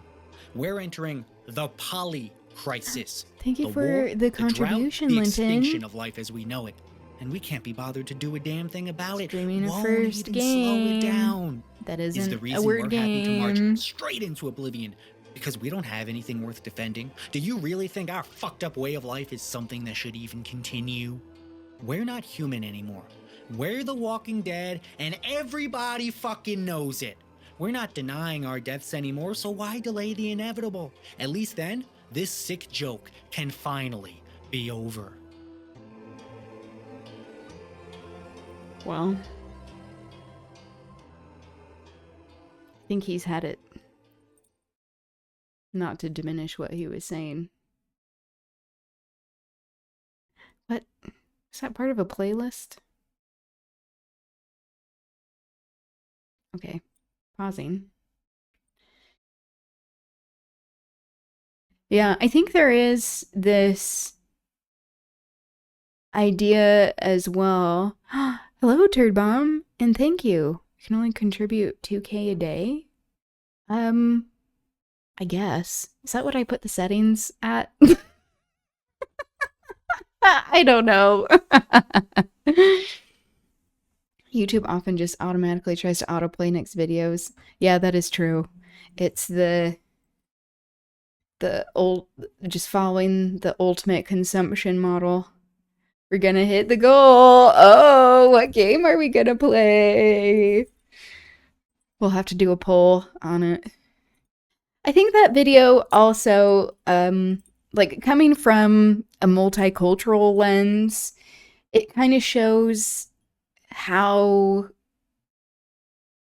sad it is when there is this saturation in colonial identity, because colonial identity to begin with is, like, as he's saying, like recuperation, that there is appropriation, and how like the whole idea about like having culture is that it's stolen if it's coming from colonizers, rather than looking at, like, you know, the cultures that people have heritages in, like, of the culture that is being like the colonizers, that it is all about taking and erasing rather than embracing indigenous identity of like where the culture even came from to begin with, that is like doing the colonizing, or like violently imposing it in ways that is completely separated from where it began originally. Linton subscribed for 3 months. Oh, thank you. I appreciate you. Same, or at least I could before I did the 25K one yesterday. Oh. Did I put that as a limit? Or is that a default? Maybe I need to look at that. Can you use the points in other ways? The sassy stars is what I named them. Like in some of these other like channel rewards, I guess. But anyway, yeah, I think the video is like highlighting this like very like this doomerism, you know, it's not without reason, of like people existing within an echo chamber and an algorithm rather than the real world. But it's like there is plenty of culture to be had. I like this one. We need a moment of levity. All right. Let's see if I can find something.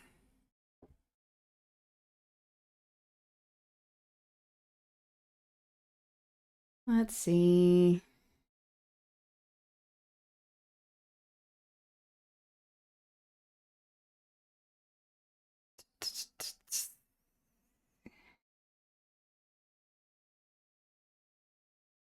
Funnies, please.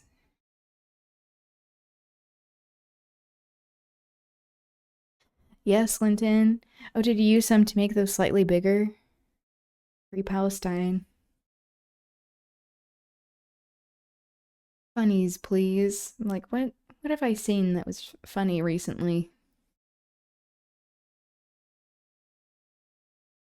Funny, please. To be honest, I have not really gotten into Parks and Rec, and I know that offends many people. But people usually say, like, you have to get through, like, the first 2 seasons, and I can be like, I don't know if I have that kind of time.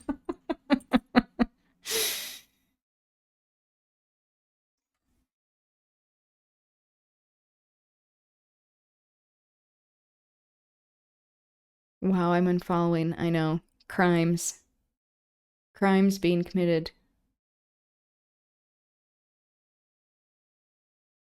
Have you seen Any Always Sunny? I think I've seen like parts of the first season and then like clips of things from other seasons. Their Israel episode is surprisingly poignant. I remember you saying that. An easy way of getting out of feeling pressured to watch any piece of media is insisting you won't watch anything if it isn't hella queer. I mean, honestly, I think that can be very much a thing of like, if it is constantly like centering whiteness, if it's like, you know, being like cis het as well, that I can just be like, I'm not as interested.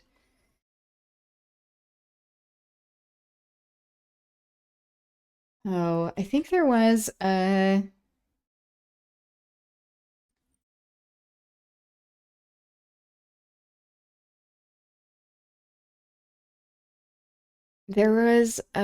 Vanilla Mace video that I saw.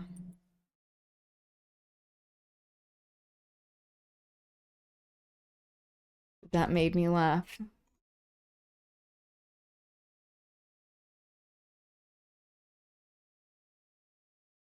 I don't know if I'm able to find it.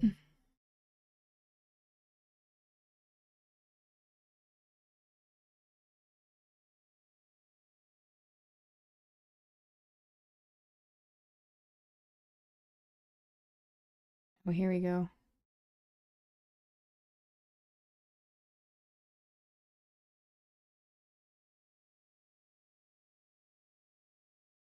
Hey, where's the audio? Excuse me. Oh, here we go. I'm telling you, I really am out of time. I feel with technology. I'm like, I don't know what era this would be in because I like having more rights than less. Probably like two, well, depending on like where we are in the world and how colonized it's been. Sky, where last night stargazers were treated to a once-in-a-lifetime event. God's penis visible for the first time in a millennium. This video from Tacoma, Washington is just one of thousands posted to social media by those lucky enough to catch a rare glimpse of the celestial phenomenon. You guys see it coming back? Oh my God! Isn't that cool? Onlookers in the path of total visibility maybe were it would able be to see God's full head and shaft for nearly 8 minutes. Full head and shaft. Holy hog, indeed. I mean, not to be rude, but you would think, like, if it's, like, God's penis, like, whose God are we talking about to begin with? Like, wouldn't it be even bigger than this? While some in South America were even able to spot a portion of the Almighty's testicles. Oh. Turning now to the sky. Okay, I where needed last night stargazers were treated to a once-in-a-lifetime. I needed the map to get a full appreciation of it. Wow. Incredible. Okay. Let's see. Let's play, This is America. There is only one God. That's right. And he's a cishet dude. And he's white. And it means he can't dance. Okay. Heavy sarcasm. I got you. All right. Yeah, let's watch this Zoop, and then we'll watch the video that you shared, Linton. because we're born dead. Inquired if my soul was for purchase. I replied, unfortunately, it's long gone, but might I interest you in something else? To be black is to exist in a constant state of contradiction. We love our cultures and revere them as our own, even though they're the result of us losing the cultures that were once truly ours. We have a rich literary tradition that we're so proud of, even though it's largely the result of us being forced to learn the colonizer's language. But I think that the greatest, most prevalent contradiction in blackness is that we're immortal through our death. Malcolm X said it best. No, I don't worry. I tell you, I'm a man who believed that I died 20 years ago, and I live like a man who is dead already. I have no fear whatsoever of anybody or anything. To be born black is to be born into conditions that prevent us from living or dying in the first place. And so our death doesn't kill us because Negroes never die. What is my favorite word?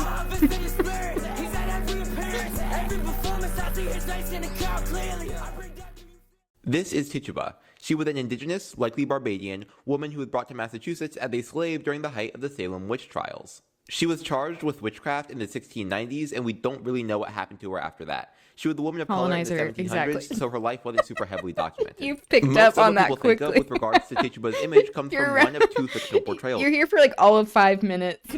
You're like, you talk about colonizers a lot. It's like, yeah. Love her. The Crucible is by true. Arthur Miller and I, Tituba, Black Witch of Salem by Maurice Condé.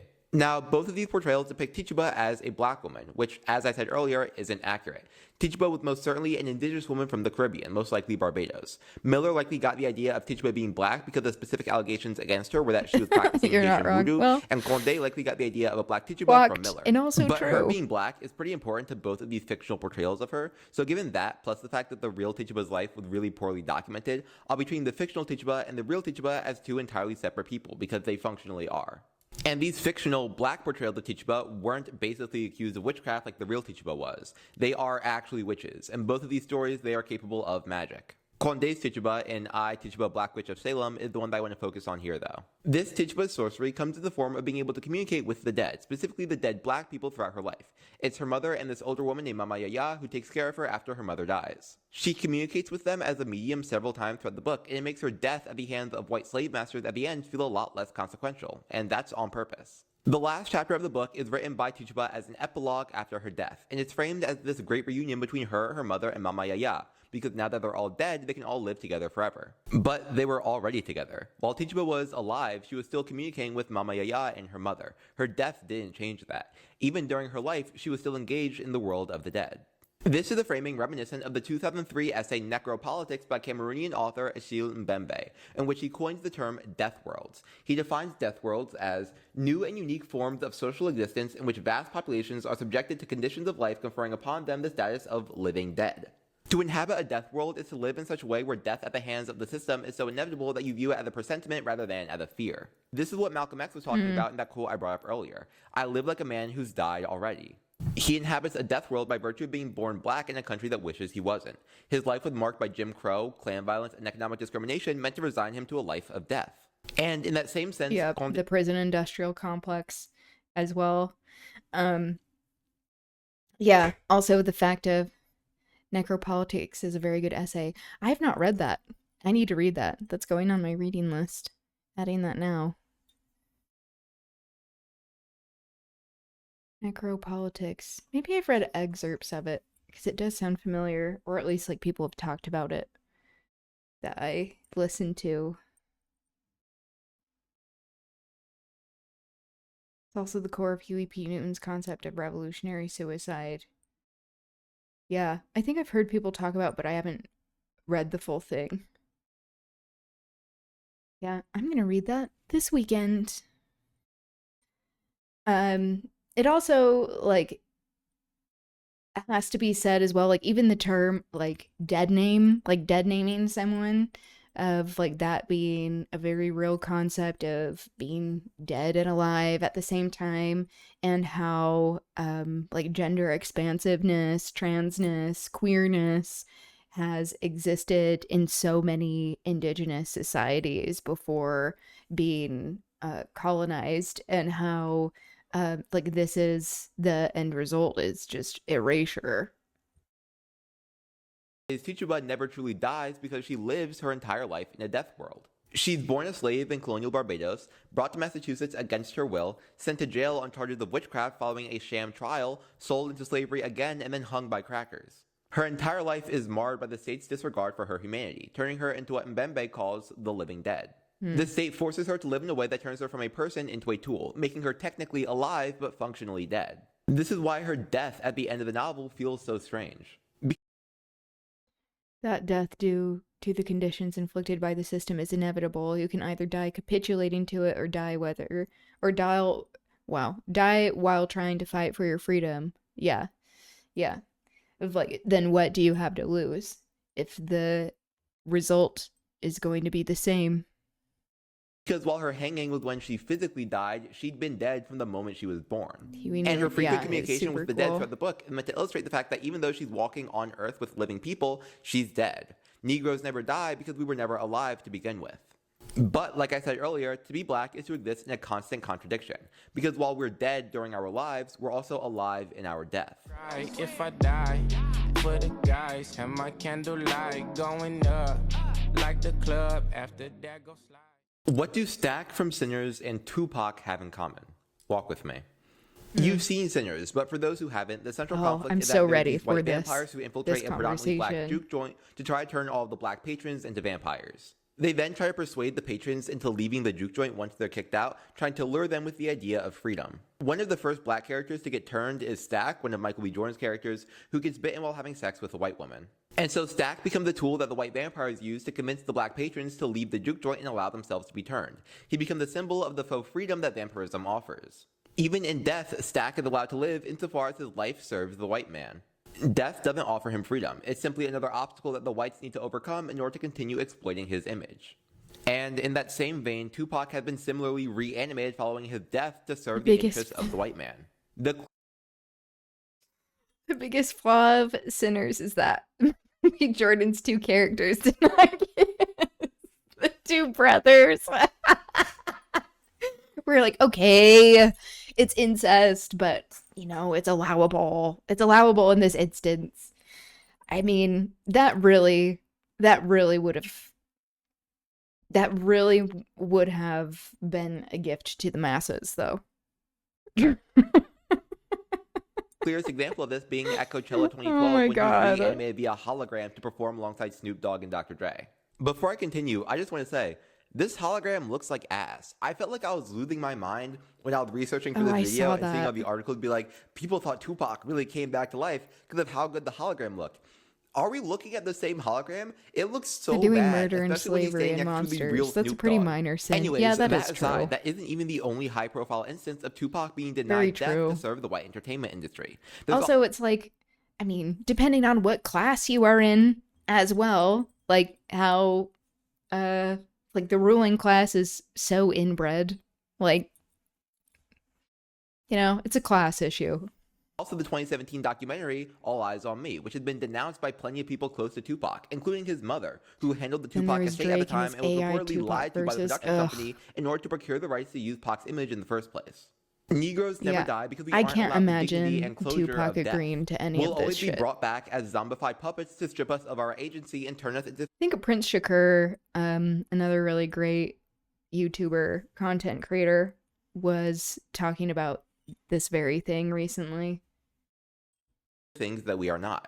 We have our images mangled to sanitize or villainize us for the goals of the white man. This idea of black people being reanimated after death to serve the powers that killed them in the first place is one of the central ideas of Des Affaires by Haitian author Franck Etienne, the first novel published in Haitian Creole. It follows Santil, a plantation owner who uses Haitian voodoo to reanimate deceased locals as slaves to work for him on his plantation. The novel pulls on the origin of the folklore of the zombie, which before being co-opted and sanitized of its highly political and racialized origins by Hollywood, was a very important symbol in the Haitian voodoo tradition. Since slavery was all that a majority of Afro-Haitians had ever known, they believed that when they died, they'd be reincarnated as zombies to continue serving the white man in the afterlife. Now, the literal plot of Des Affaires is about Santil and his zombies, but the story that... Yeah, even the term zombie, of like, contrary to the previous video, it is not like a Western phenomenon. I don't know, when I saw it by I saw Marco Rubio say Tupac was his... Marco, Margot needs to shut the fuck up in many ways, but especially in talking about Tupac. Ew, if there are few people who look as dead inside as Marco Rubio does. Just like this waxen, hollowed out sock puppet. I love not paying attention to awful people. Yeah. Ugh. Yeah, this goes to show as well. It's like you don't need like any sort of like skill or charisma or merit, as they like to wax poetic about, to be in these positions of power. It just takes being part of a certain class and being willing to do anything. No, it's really Tom McDonald. It's a metaphor for the Duvalier dynasty that ruled Haiti at the time it was written. Quick history lesson pour Mumlanyo. The Duvalier dynasty were a father-son autocrat duo who ruled Haiti consecutively for 3 decades. They were some of the most brutal dictators that Latin America had ever seen, which is why the US was so willing to support them militarily and financially, especially after Castro came to power in Cuba in 1959, because the US viewed Papa Doc, the father, as a valuable anti-communist ally in the Caribbean. The dynasty lasted from 1957 to 1986, when the Haitian populace revolted and forced Jean-Claude Duvalier, the son, to flee into France's open arms on a jet provided to him by then US President Ronald Reagan. And this story keeps happening in Haiti, just with different names and different faces. Hell, it's happening right now. Western powers outside of Haiti will exploit the country for their own aims, all while telling the rest of the world that they're doing it to help a people whose history has been marred by poverty and violence. The image of Haitians that have been killed by empire is being co-opted by that same empire to justify killing more Haitians. This idea that deceased Haitians only exist as tools to promote the aims of others is one of the present themes of Desafi. The zombies in the book, just like Stack and just like Tupac, are prevented from dying until they've served their purpose, which is to serve the white man. When did this come out? 2 days ago. Wow. Yeah, like this also can't be separated of like the Western nations and their coercion, continued colonization, control of IET, like what this creator is talking about, but also like what goes hand in hand with this is this domestic policy that really is foreign policy in like all of these Haitian immigrants being surveilled and having ankle monitors be put on them, all of the like eating cats and dogs bullshit. Like that's not isolated in history. It is part of a pattern of behavior that, is being discussed never die here. because the white man won't allow it. They need to continue exploiting our image because they believe the whole world belongs to them, both the realm of the living and the realm of the dead. As Mbembe puts it in Necropolitics, also, the like, slave his is therefore kept poetry. alive, but in a state of injury, in a phantom-like world of horrors and intense cruelty and profanity. Ironically, black people are most alive when we die. We're given life by the white man so we can be puppeteered to fit his narrative. Revolutionary, although I'm free, I got me a lover, but I still wanna cheat. To be black is to exist in a constant state of contradiction. We're functionally dead during our life and we're only alive once we die. Negroes never die because we're dead until our death, and when we die, we're brought back to life. Blackness, especially here, is purgatorial. You aren't quite alive, but you aren't quite dead either. You aren't fully African, but you aren't fully American. There's a constant push and pull between what you once had and what you never will have. It's a sobering and confusing existence all at once. That's why the world is constructed such that Tupac Negroes was much never more die. revolutionary To die than requires what a life to be lived, people which want isn't a to liberty we've been afforded for the discuss. past 500 People, years. meaning That's all for through today. Thanks a for white watching. lens. Oppressive powers.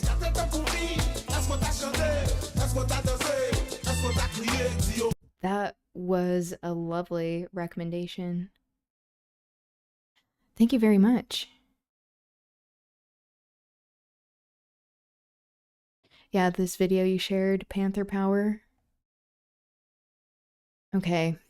I am running lower on time, so if you have a preference, Linton, we had to choose between the 2 songs that you have shared, which I know this is an unfair thing to be asking. It's like we're comparing art in this way. Which one would you prefer that we go over?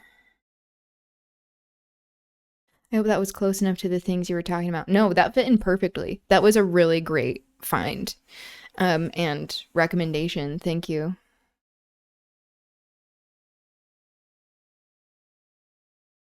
I didn't know Zay had content like that. Only seen a few videos of them doing the linguistics thing. Hello, Pigeon, P-Gap, as I have learned people say. Welcome, welcome. By which I mean hi. Maybe the POC one, so I can find a subtitled one for the other one. Okay. That sounds good. One that isn't suppressed.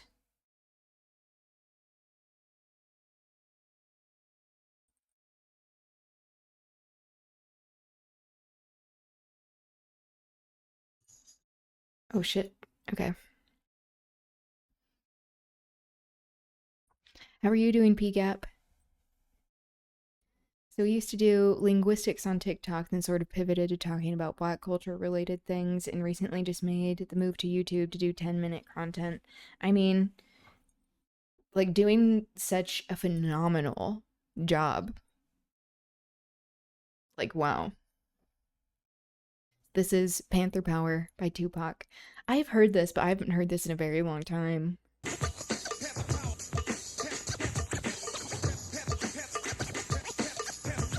The amount of art and the quality of art that he made in his lifetime.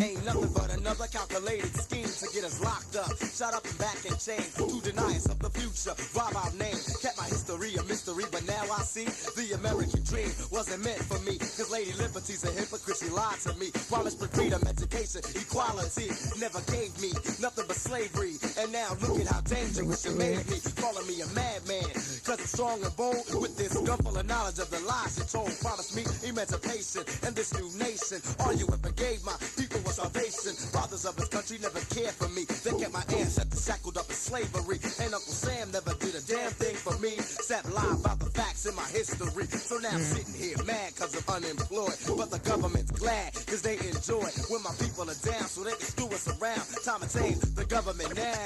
Panther Power. That 80s beat, I know. Welcome, Coz. His parents were part of the Panthers Hospital. I didn't know that. That makes sense. Panther Power. Panther Power from the strength that resides within. Go toe to toe with the Panther and you just can't win. Ray Love. Suppress the rest. The rich get richer and the poor take less. The American dream was an American nightmare. You kept my people down and refused to fight fair. Took the Ku Klux Klan, tried to keep us out with signs truth and state no the blacks allowed. With intimidation and segregation was the wait for freedom, but now we're impatient. Blacks, the other scared of sellout. Freedom, equality, get out, yell out. Don't you never be ashamed of what you are. It's your Panther Power that makes you a star. Panther Power. Panther Power. Panther Power. Yeah, and Chuck D too. His godmother is Asada Shakur, yeah. My mother never let me forget my history. Rest in power. I was set free. Chains that were put on me wanted to be more than just free. Had to know the true facts about my history. I couldn't settle for being a statistic. Couldn't survive in this capitalistic government because it was meant to hold us back. Using ignorance, drugs, the sneak attack in my community. They kill the unity. But when I charge them, trying to claim immunity. Act like America, like a case of heart disease. Panther Power is running through my arteries. Try to stop me, oh boy, you'll be clawed to death. Cause I'll be fighting for my freedom with my dying breath. Yeah, like, is this what is being shown at Coachella? I think not. Open your eyes, realize you've been locked in chains. Said you wasn't civilized and stole your name. Cause some time has passed, seem to all forget. There is no liberty for you and me, we ain't free yet. Panther Power. Panther Power. Panther Power. Panther Power. As real as it seems, the American dream ain't nothing but another calculated. I know, this beat takes me back. Shut up and back and change to deny us of the future. Rob our name, kept my history history, a mystery, but now I see the American dream wasn't meant for me. Cause Lady Liberty's a hypocrite, she lied to me. Promised me freedom, education, equality. Never gave me nothing but slavery. And now look at how dangerous you made me. Calling me a Festivals madman. or trust fund kid concerts. Honestly, concerts, especially of like pop culture figures, they've also become trust fund concerts. Hello, Stuart Little is my son. Welcome. So now I'm sitting here mad cause I'm unemployed. But the government's glad cause they enjoy when my people are down so they can screw us around. Time to change the government now. Panther Power. Need to attempt the Juniper headbang emote. I mean, that would be so fucking cute.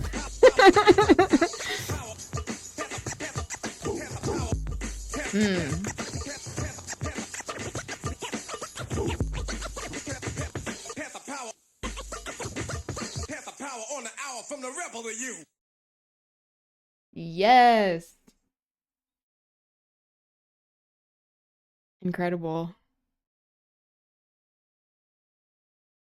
I miss scratching in music. I do too, especially when it was like, that was done in the studio. It wasn't just like a sound that was overlaid. It was like, oh, we're doing this with a physical record to make this sound. I know it's probably snobby to some, but like, my partner and I, Stuart Little is my son, we buy records. I'm like, it really helps my brain to have physical things. This is why I don't have a Kindle. I like have to have physical books because I'm like, this exists. This is real. It's like not in the ether floating somewhere. It can't be taken at any point by like gated algorithms and platforms. Wow. Okay. We're halfway to the challenge being completed. Yay! Thank you. Ooh, clear applause. P-Gap. Do you like being called P-Gap? If you don't, I'm very happy to be calling you something else. Pam the Funktress did some fire record scratching on the Coos work. Yeah, the Coo also making some great art. It's all the same to me. Okay. Well, if that ever changes, let me know. Okay. I'm tired of having physical things, but I make sure I have all my own copies of things backed up on my PC so they can't be taken from me. That's good. That's good. And I can also understand the inclination of like being quite literally weighed down by having like a bunch of shit around. But I think especially with like how my brain works, I am like what even is real? Like we're all just like existing online in like a digital space, you know, which like has its advantages in certain ways. Stuart, thank you for your very kind-hearted donation. Damn. We're gonna meet this goal.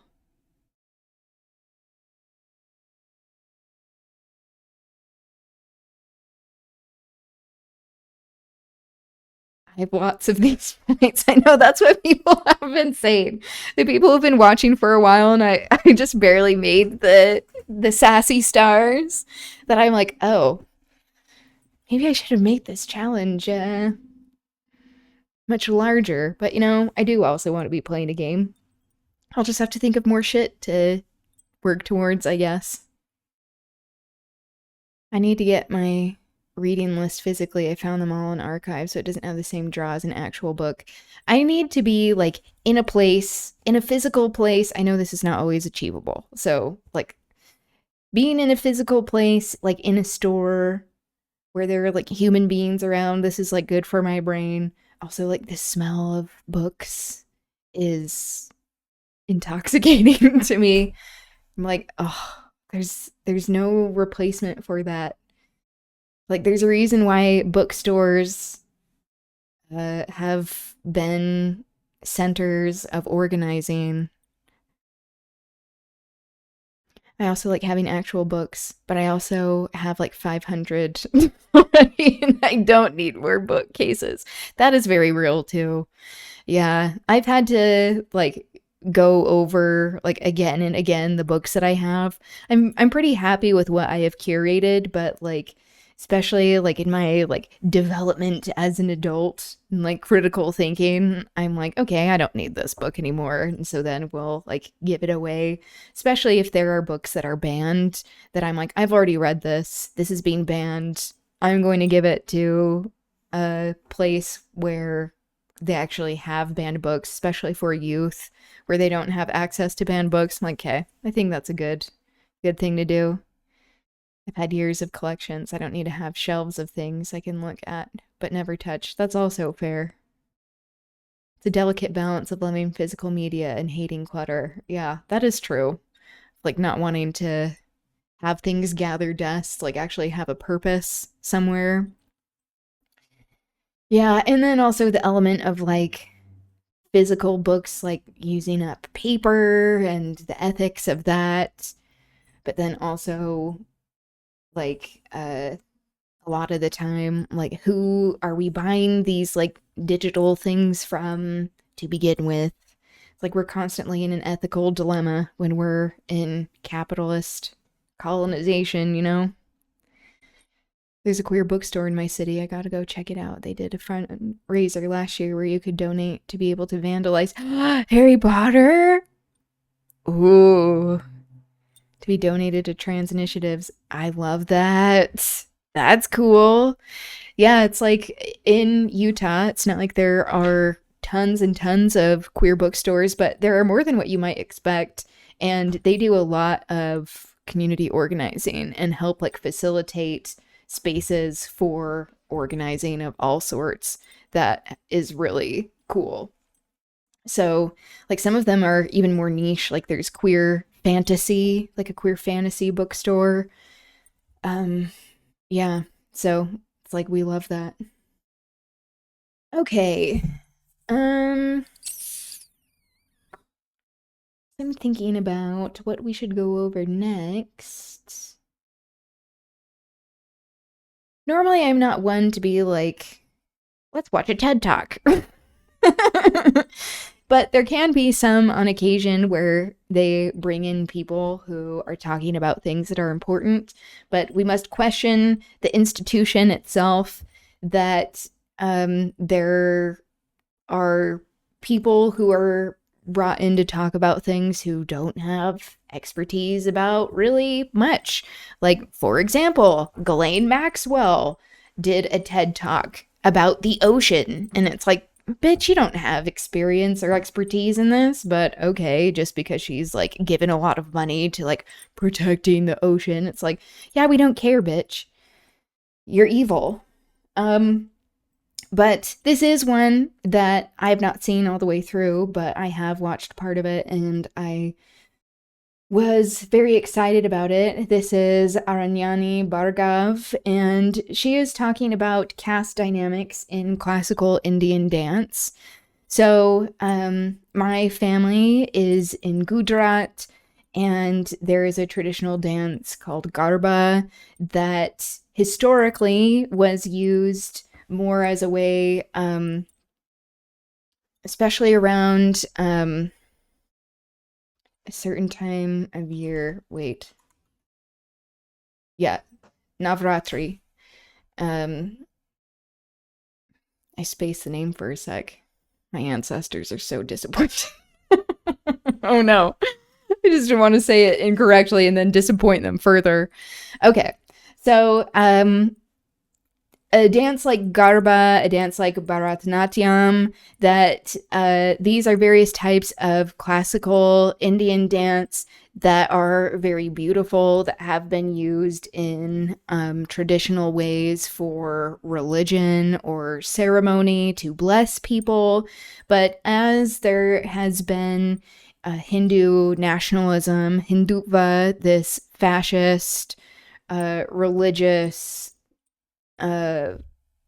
nationalism that exists and used to impose domination on people, especially when it comes to tribes that exist in India and people who are Muslim, just like any religions that exist out of Hinduism, that what has normally been created to uplift and create community and bless people, that it has been used for ways to oppress others. So this is a video where Aranyani talks about this concept and how we constantly are having to unpack what it means to engage in culture in an ethical manner that is hopefully we are separating it from systems of oppression and non-consensual domination so that we can enjoy it and not be hurting other people. Because it's like they're like Garba, Bharatanatyam, that these are styles of dance that like I enjoy and love watching as well.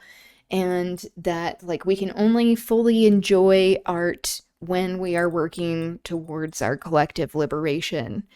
So like keeping this in mind, and also talking about the concept of like how I talk about colonization a lot, as you mentioned, Zoop, which is very true, that there are systems of oppression that have existed before colonization, like the caste system. So this is going to address some of these dynamics and history. So we need to work on decolonizing the world so that we can even deconstruct these other forms of oppression that exist in societies before they were ravaged by colonization too. There's also people who have expertise we shouldn't be giving more air to, like your Steven Pinkers. Yeah, that is true as well. Post about Jason Arday in the media smear. Ugh. Yeah, we were talking about him earlier.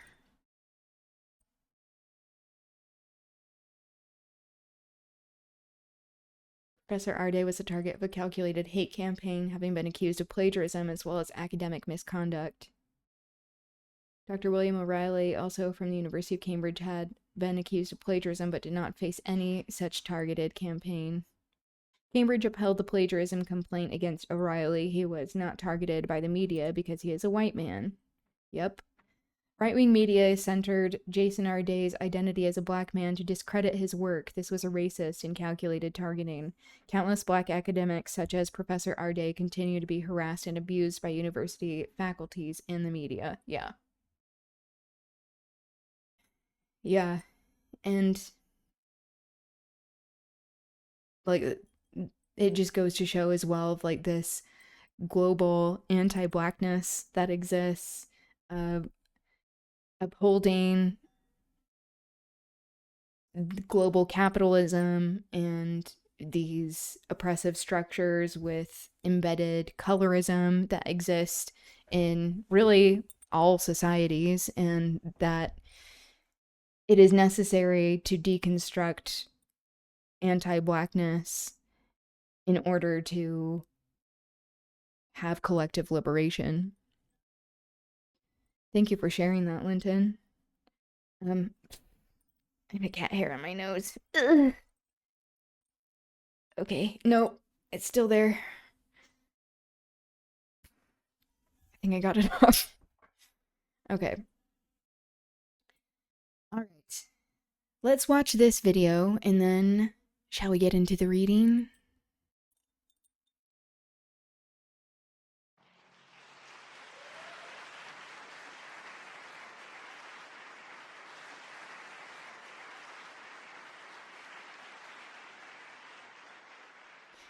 Because gray matters. When did this come out? Good afternoon. 9 years ago. I guess this is before Black Lives Matter gained prominence. But yeah, cringe. I would like to start my talk with a Oh, very this is strong super quiet. statement that when we're living in India, we can't escape caste. And though measures have been taken to eradicate caste, and there's been a lot of resistance against caste in India nowadays, it's still an unescapable reality that caste is everywhere. And classical dance, unfortunately, is no exception to that. Um, for as far back as documentation goes, classical dance has been the origins of classical dance have come from a community called the Isai Velala community, which was a very talented and very talented lower caste group of individuals, of artists, to which Devadasis belonged. The Devadasis. Yeah, so this them saying gray, what was that, gray matter, whatever, it's like Black Lives Matter had been around during this time, so like it also would not be surprising with many of these institutions creating language that is similar to deflect from the movement that was created, like centered on the humanity and devastating death of Trayvon Martin. That like, but many people became more aware of Black Lives Matter in 2020. Even if BLM never existed, it is still cringe. Yeah, exactly. The word literally translates as Deva Dasi, which is Deva as in God and Dasi as in servant. So they were servants of the gods. Okay, I have this up as far as it'll go, the audio. Their dance form in the temples and also offer other services to the temple. These women were very educated and very, very well respected at the time of their peak popularity and their peak respectability. They were educated, they were able to receive land grants. The They were idea not that you would come required to listen be to talk married. specifically to increase some concept of intellect is goofy. Forever auspicious because yeah, that it's like that's not a replacement for like real life learning or work, you know? They were symbolically dedicated to the temples and therefore Especially married when it's a to the class thing, deity. like people So who they are even weren't able to required buy to be married to tickets. mortal beings, which also gave them quite a lot of sexual freedom in the sense that they were allowed to have sexual alliances with patrons, although that was not the primary role, the primary relationship between the patron and the dancer. It was more about the patron being able to support the dancer and being able to give the dancer what she needs to enable her to be committed to the dance form. Okay. So as we were talking about like certain types of like modesty standards, you know, it's not an accident that like the Kama Sutra has been around for a very long time, and that was originally written to describe like various forms of like sexual activity and positions, because it's like sexual activity is an exchange of energy, and this is the basis of the Kama Sutra, as well as many types of traditions and ceremonies within desi society. Specifically, we're talking about the Indian subcontinent, but how there are not these like strict ideas of like, oh, this is a type of moral activity as long as it is only in this particular form. It's like if you have consenting people where it is like someone is like a patron of the temple is like liking a dancer and the dancers are that is what their lives are dedicated towards. It's like they also have sexual needs. If there is a consensual situation where they're like, yes, I'm giving you energy, positive energy to continue dancing, I like and appreciate what you are doing, then it allows the dancer to continue to give back in a way. So like viewing it as a way of like this larger like give and take of energy in the world at large is like the whole point of what the tradition was even about, and what like performing is really about. Like, so we're talking about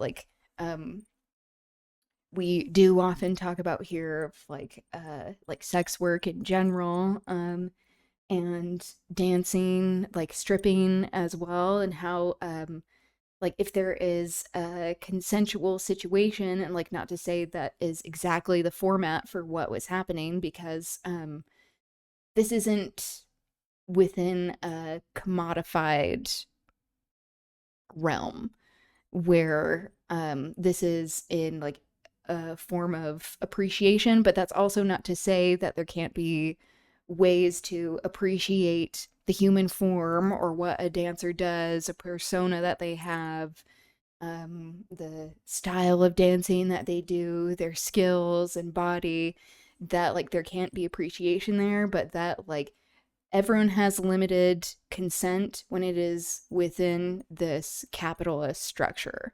But like we are able to access our freest form of consent when we are deconstructing these things, and when you have people existing in a system that is not based off of coercion. And to be able to practice the dance form without any distractions. And so this was the life of the Devadasi. She was very independent, and also had she wasn't required to even uh, you know, any of the regular things that women of that time were required to do, which is get married, bear children, be in the house, all those things. These were very, very different women, and their lively sexual identity was never something that was scrutinized much until the British.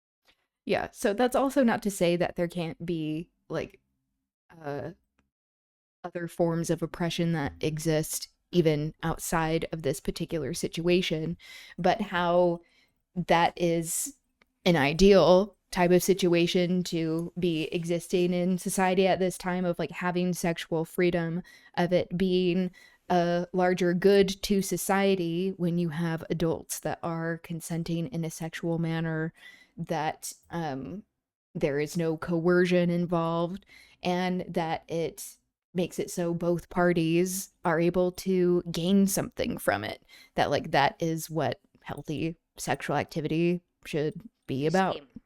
And when they did, when they saw this lively sexual identity of the Devadasis, I think it contrasted very, very starkly with the ideas of femininity and sexuality that women in the West, or rather the Victorian women, had. You can imagine the Devadasi dancing freely, wearing sensual saris, dancing about love and sexuality and devotion as if they were all the same thing, and not required to be married, not required to be domesticated or homely. And then you see the Victorian English woman at the time who was, um, I mean, if you visualize it, if you imagine the visual, it's, you would imagine corsets and bonnets and gowns and gloves. So there was a very stark difference. And I think that this idea of femininity that the Devadasis represented was deeply, deeply uncomfortable for the British. And so they opposed it by saying that the Devadasis were sexually unrestrained, the patrons were unrestrained, the Devadasi system was barbaric and lacked control, basically. So it's viewed as threatening to colonizers coming in unless the colonizers can monetarily benefit from it, which is where there are various styles of dance that have been used within a colonized context, like even the term like exotic dancing is centering Western thought and society, and othering other types of dancing, like with Orientalism and with various forms of African dance as well, where there is a healthy expression of sexuality, like taken completely from the context that it comes from traditionally, to express sexuality in a healthy way, fertility, encourage healthy sexual relationships, or just to honor tradition in general, that it then has to be co-opted in order to be controlled. And the nationalists who were fighting the British, which these nationalists largely comprised of, I mean, I'm not saying exclusively, but they did comprise of upper caste men and women who were fighting the British.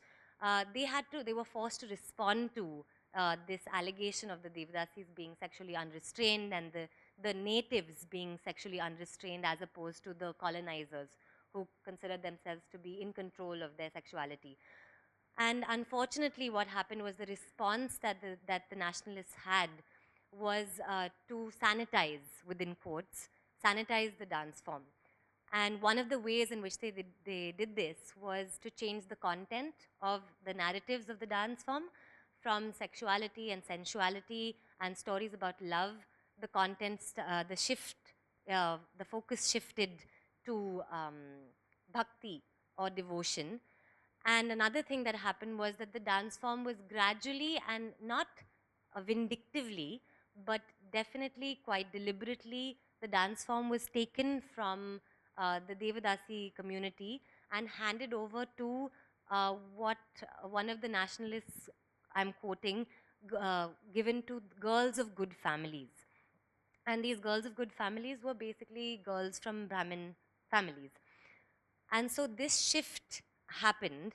And let me also just say that I don't mean to implicate the Brahmin community or wholly blame them for this shift that happened, because I think the fact that the system was came under such scrutiny created a problem for the dance form itself. I don't have much to say on this topic, but I'm sad that I really liked dancing in elementary school until I was bullied out of it. Ugh. I hate that. I'm sorry. Yeah, it's like dancing is so human. Dancing is a form of expression, it's a form of joy, it is so communal. Like there's so many representations and also like studies done, and like we need to also question like methodologies, like as like we've talked about before, and like Linton, you even sharing the book Decolonizing Methodologies, I think is incredible, and that is on my reading list. But like there are such benefits to dancing in general, not only like of exercise, but self-expression and art and community, that it's like it can make you feel like you're high. It's like engaging in a pro-social manner with community that is like celebrating each other and yourself, and that it's like it really is so sad that that is so common. Just fun and part of being human. Yeah, it's so human to want to be able to dance, of like to enjoy music. It really is like a form of magic to me, like music and dance, and how like as I like have realized even growing up, of like reconnecting like with my own heritage and decolonizing my own mind, and realizing how it is used in many ways, like for ceremony, in having a larger meaning in society, but like what you were saying as well, like it can also just be for enjoyment, and like that, like why would people want to stifle that? Being human? I don't know. I don't see how that helps the old profit margin. Exactly. That's why it has to be co-opted and be like, hey, you are these dancers and you're gonna dance for us in a company that we control, and it's only for white men. That's like, okay. Okay. Yeah, this is speaking to as well of like the element of caste of Brahmin families. Like my family is Brahmin, and how this is part of colonizers using existing forms of inequality in order to gain a foothold and establish control and to have more controlled opposition. Of like, there were some Brahmin families and are that are resistant towards colonization, or that can even be resistant towards this Hindu nationalism that exists. I mean, it's pretty rare, but also how it just goes to show of like when people are buying into the system, even though they seemingly benefit in some way, it doesn't mean that they are not hurting under colonization and that they are not hurting others, especially.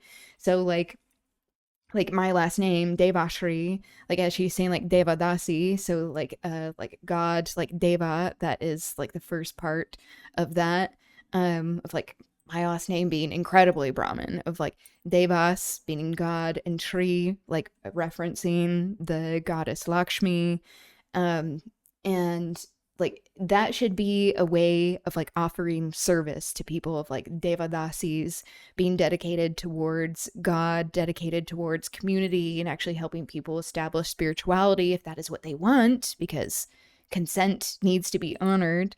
But that is like what it should mean to be Brahmin, is that like if you are claiming to be a spiritual person, if you are claiming to like have proximity to like tradition in some way, of like carrying knowledge about ceremony and tradition, that like that is a responsibility that should be shared, of like that being a service to other people, not a form of oppression that is used to make yourself feel good about yourself and station in society.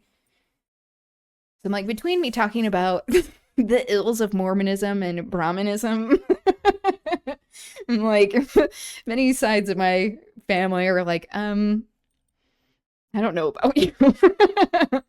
But also it's like it is necessary to be talking about these things and deconstructing these things in a way that is honest so that we can have equality. That is what we should be working towards.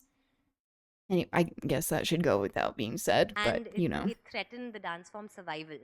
So I think what the people that call themselves the revivalists of dance, what they were trying to do was to save the dance form from possible extinction. Whether or not the dance form would have actually gone extinct is not something that anyone can really say. But I do want to make it clear that I'm not trying to completely demonize the Brahmin community here by saying that this happened. What I do think did happen was that there wasn't an acknowledgement of the consequence of taking a dance form away from a community and handing it over to another. That Yeah. consequence. And yeah, so I mean, it is also saying of like people feeling like there are limited options, but also don't give like all Brahmin people a pass. Like, I'm calling that out, of like, you know, there are people who are wanting to, who like colonization in some ways and are wanting to be able to benefit from it rather than deconstruct it.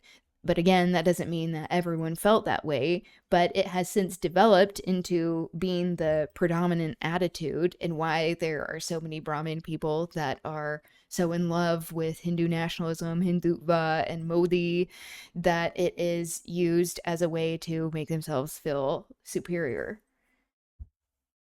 That that wasn't really foreseen in a good enough manner, and perhaps the community of that time, they overlooked the possible ways to rehabilitate a community that you have displaced in such a large way. And I think that's where the problem began. And another thing that has happened now is that um, the dance community, not everybody, of course, I must say this, but there are people in the dance community that have been in the past deeply, so deeply uncomfortable with this history that over time, this history of Bharatanatyam itself has been reimagined. And as a dance teacher, as somebody who's researched on dance, I've come across various texts that My ancestors, English, French, gave up their culture for colonization.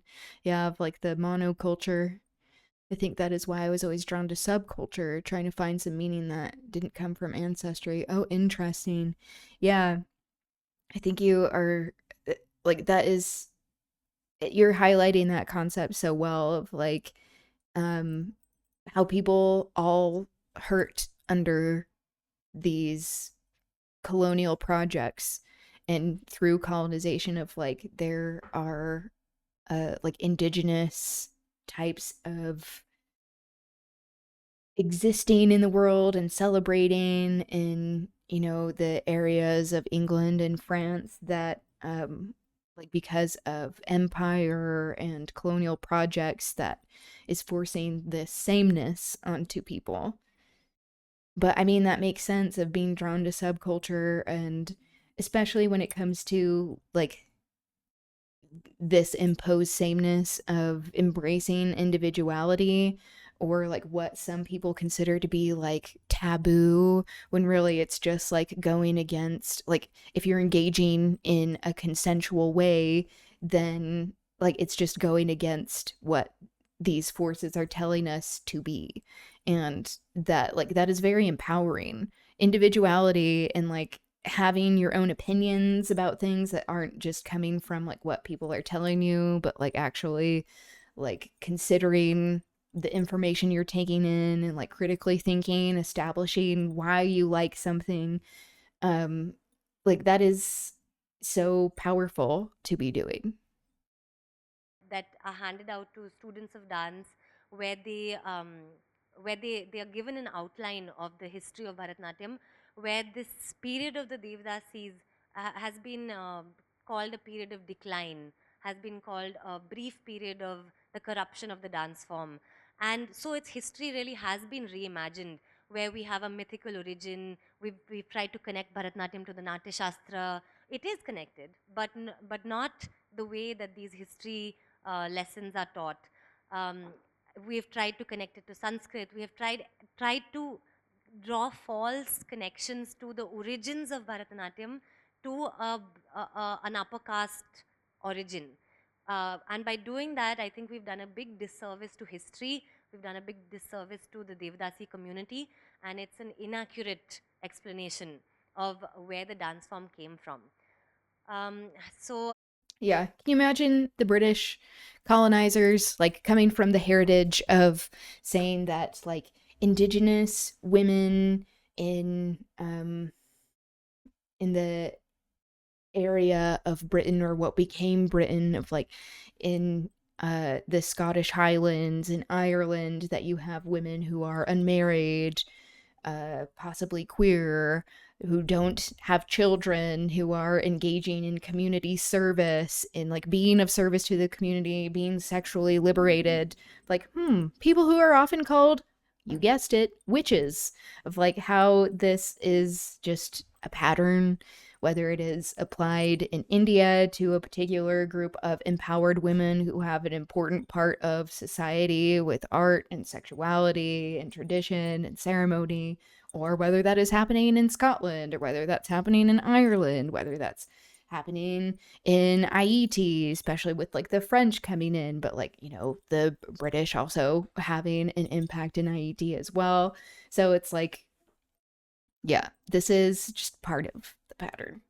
The history of Bharatanatyam itself has been reimagined to make it seem like it was always an upper caste dance form, that it was always related to the gods, and we have Shiva who's supposed to be the creator of the dance form, and we've connected it. We've made some imaginary upper caste links to the dance form, and forgotten that the Devadasis were a very, very large chunk of the history of where Bharatanatyam began, and how the dance form has come to us. Yeah, and that it isn't always just tied to Hinduism, that it is tied to larger a larger cultural experience, as well as being desi, not just Indian, not just being Brahmin or Hindu, that it speaks to a larger cultural experience. that surpasses hierarchies. Having said that, so the history of the dance form itself can be called casteist in that manner, in the sense that there was a gradual Brahminical domination that happened. But at the same time, the narratives that have been used in the dance form, the content of the dance form itself, has continued to challenge the caste system. One of the most famous narratives that are performed, that is performed, is that of Nandanar, who is the low caste devotee of Shiva. And the other, uh, another way of challenging the caste system is this performance that I'm now going to present, which is another low caste devotee of Shiva's, who says, "I see your beautiful face, but the rest of you I cannot see. Is it because I'm poor, or that I don't have knowledge of the Vedas?" And he goes on to say that the entire world is singing your praises, but in this golden hued body of yours, is there a blemish in you that you wish to hide yourself from me? He continues to plead with Shiva, saying, "Can you please reveal yourself to me entirely, but I can only see bits and pieces of you." And he says, "In the evening, when I come to the temple, just to catch a glimpse of you, there are so many people in front of me," which to me implies that he's not allowed to come into the sanctum sanctorum of the temple. So which is a privilege that is allowed to upper caste men and women. He says, "There are so many people in front of you that all I see is one ruby earring, and even that intoxicates me. And you give me a small mocking smile, because even your multiple hands are covering each other, and I can't even see the hands properly. And in the evening processions, I am cowering and bending to just to see a little bit of you, but the snakes are covering your body, and all you show me is one foot." He pleads with Shiva to... Yeah, so she's doing a demonstration of some of the hand movements and gestures that goes with this storytelling and dance. That also is something that is so profound about dancing. It's like music and dancing. I mean, so many art forms, but like it surpasses language in like being able to witness something, behold something, and have a universal experience. Reveal himself. Which is why it's so threatening to people who want to create hierarchies, is that there are some things that surpass that. Completely. But does Shiva oblige his low caste devotee? Let's see.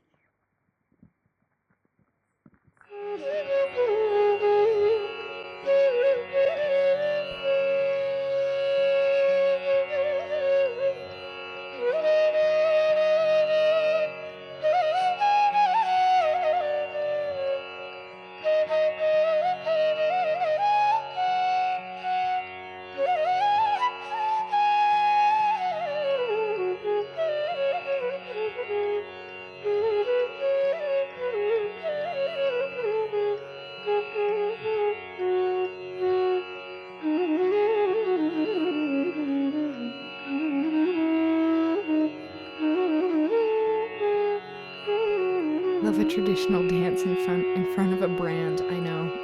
That's like, oh, this is this is also part of the problem.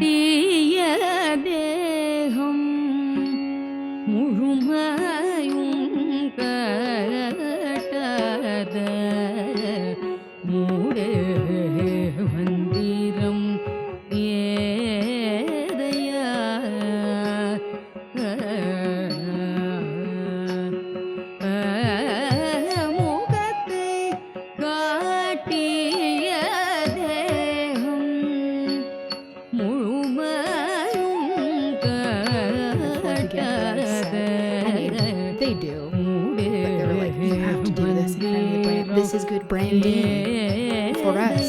We look inclusive.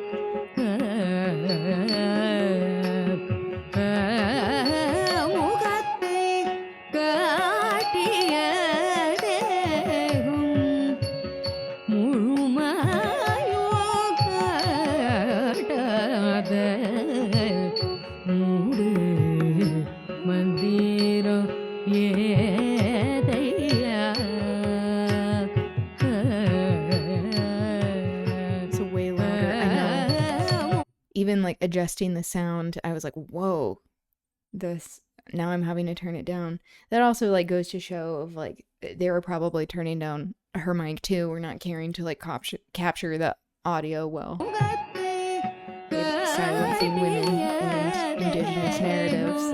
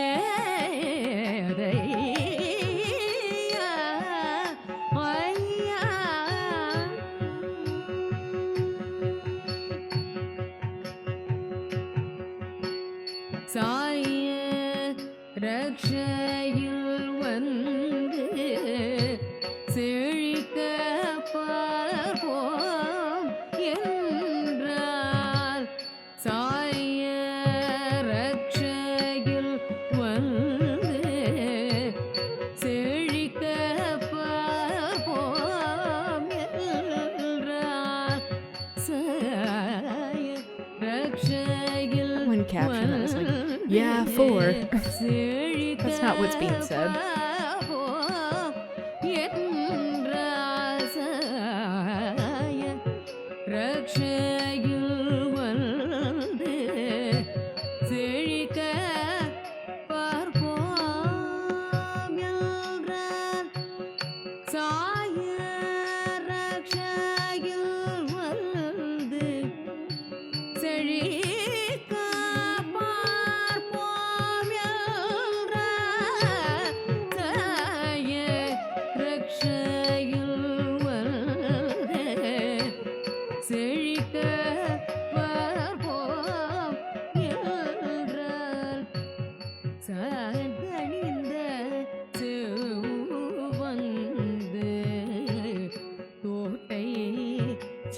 applause. I didn't think there was any applause.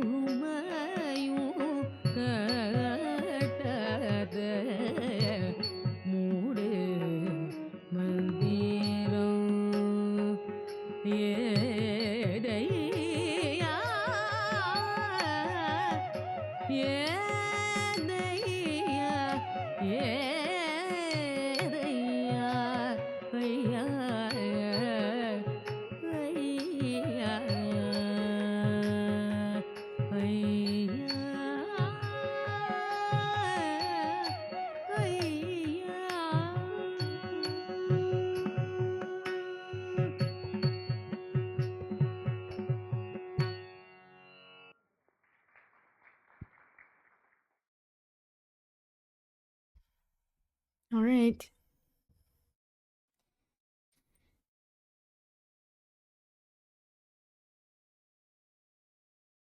Yes.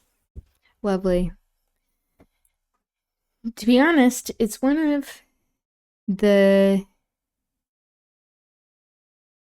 few English speaking descriptions or like narratives of the history of classical Indian dance that I was able to find that wasn't very clearly appealing to a colonizer sensibility, where like how she was talking about how like all of these things are very separated. They are have been tried to be connected into this like Brahmin perception of Hinduism, which also came about because of colonization. And this just also goes to show like the limitations of using a colonizer's language to describe things that don't belong to it.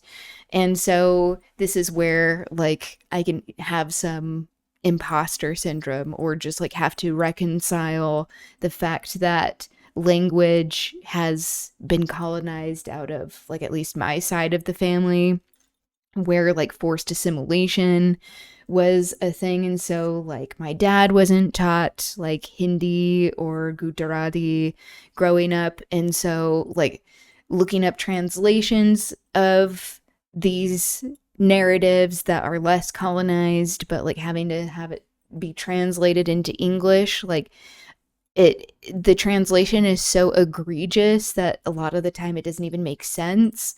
So it's like we're always losing when we're having to describe ourselves or try to use the language, like I mentioned before, of colonizers for things that don't belong to it. So still dealing with that dilemma, you know, but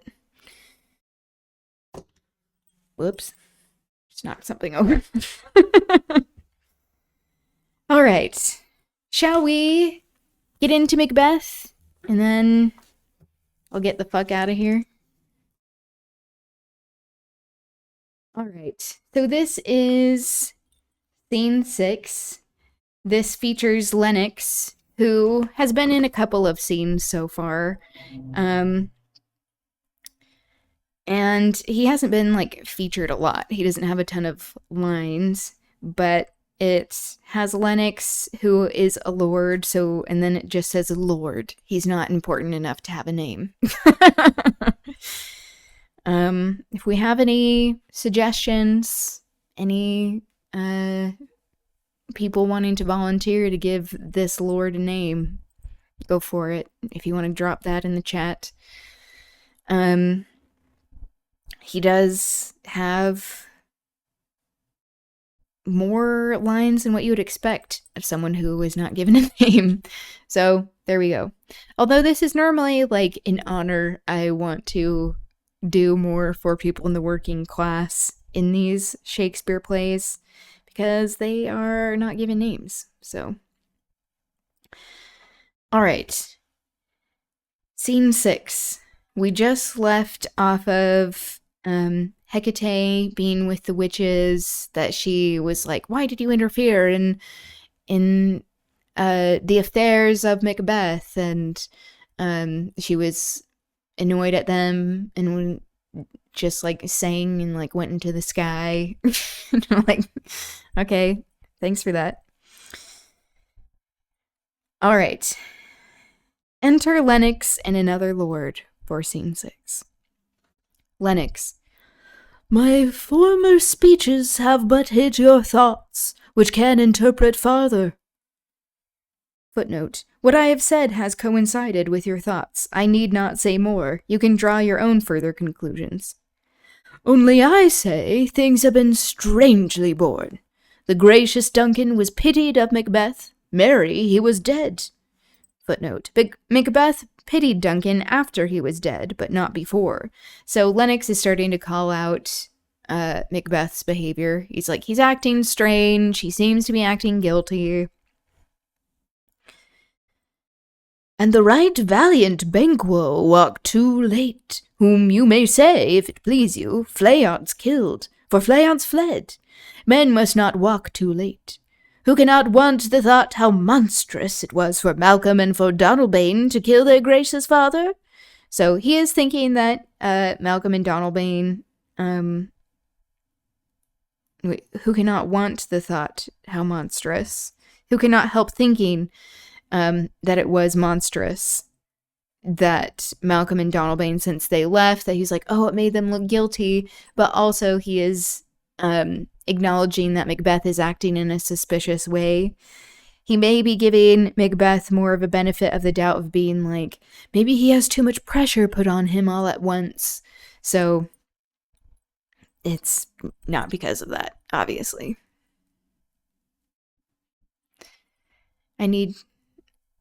Hello, Lou, welcome. I need to see a pair named Florence and Fleance.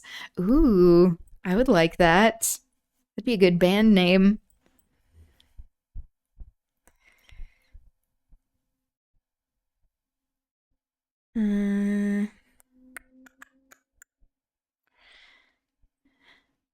It was from... Oh, wait.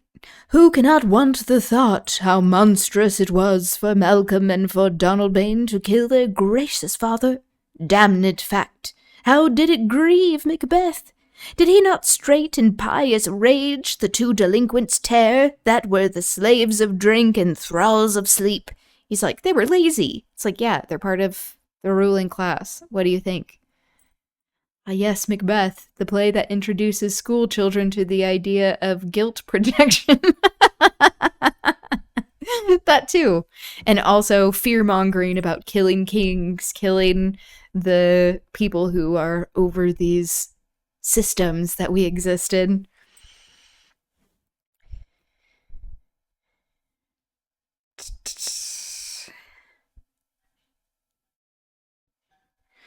Was not that nobly done? Aye, and wisely too, for 'twould have angered any heart alive to hear the men deny it. So that I say he has borne all things well. No, he doesn't seem to be handling things well. He's trying to make excuses. He doesn't think this is true. They're trying to be like, the king is losing it and we are making up excuses. Like, how often this happens with rulers.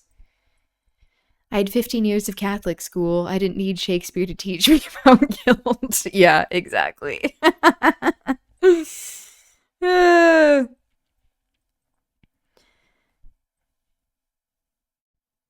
So that I say he has borne all things well, and I do think that, had he Duncan's sons under his key, as an't please heaven he shall not, they should find what 'twere to kill a father.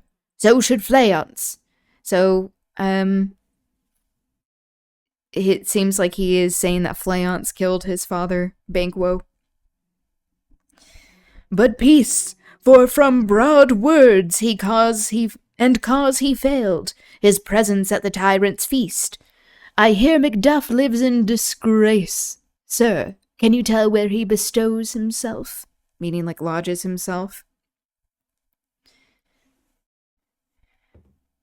Church was always fun, but I'm not sure the church running the school would have helped. Yeah, I mean, growing up Mormon, there was plenty of guilt to be had as well. Separation of church and state, imagine that, how that would help. Lord. The son of Duncan. I don't know. This is a new voice I'm using.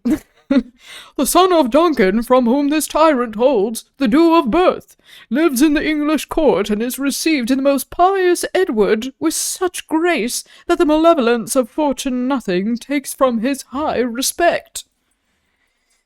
So he said, received by Edward, received by the saintly King Edward, meaning Edward the Confessor, who reigned in the year 1042 to 66.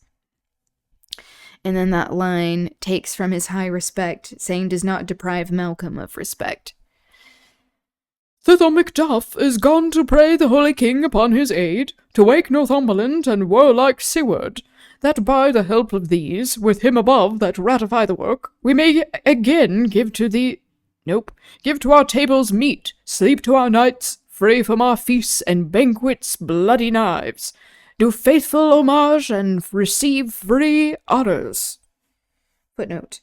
Free honors meaning freely given, enjoyed in freedom.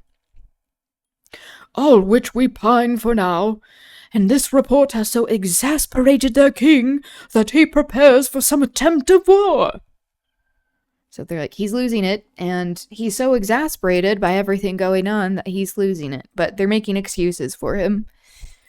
They would rather do that than actually acknowledge that their leader may be unwell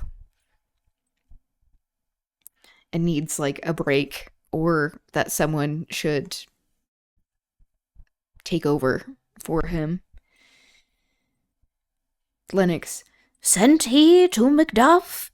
Lord.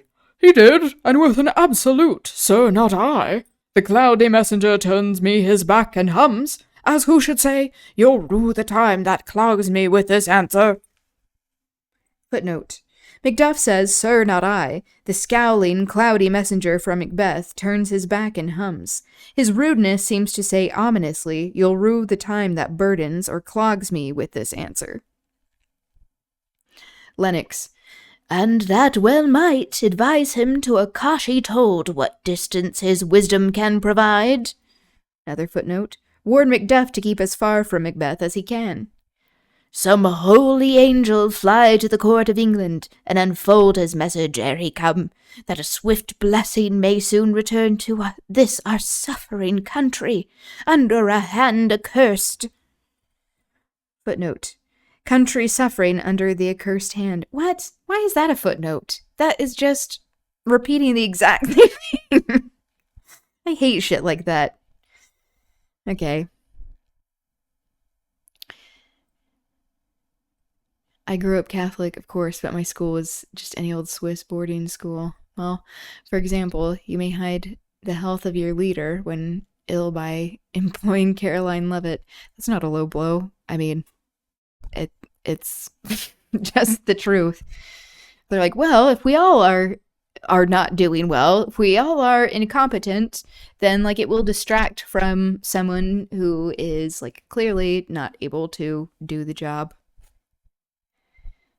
Oh, I love ruining. Lord. I'll send my prayers with him. Exeunt. All right. That is the end of the scene. End of Act 3, in fact. And then, for the next act, we open with the witches again. They are the coolest part of this play. And Macbeth is going to visit them. So I think I will have a scene to show more historical context that we will be going over. And also, if you want to be thinking of names for the witches, because they're just said first witch, second witch, third witch, I'll take suggestions. All right. That will be it for Macbeth. That will be it for me today, streaming. Is there anyone on right now that we could do a raid?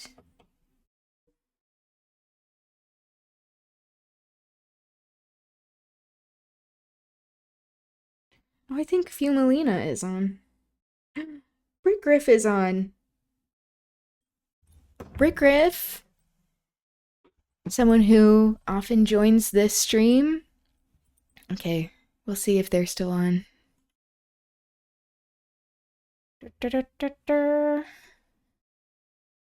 Yeah, thank you all for being here. It was lovely being with you. Thank you for the conversation, the recommendations, the lovely art that you shared. Brickgriff. Yay! Okay, let's go watch Brickgriff. Playing Marvel Rivals. Yeah, I hope you have a good rest of your day, evening. Good rest of your weekend. Thank you for being here. I appreciate you all. You too, Bouncy. Okay, bye.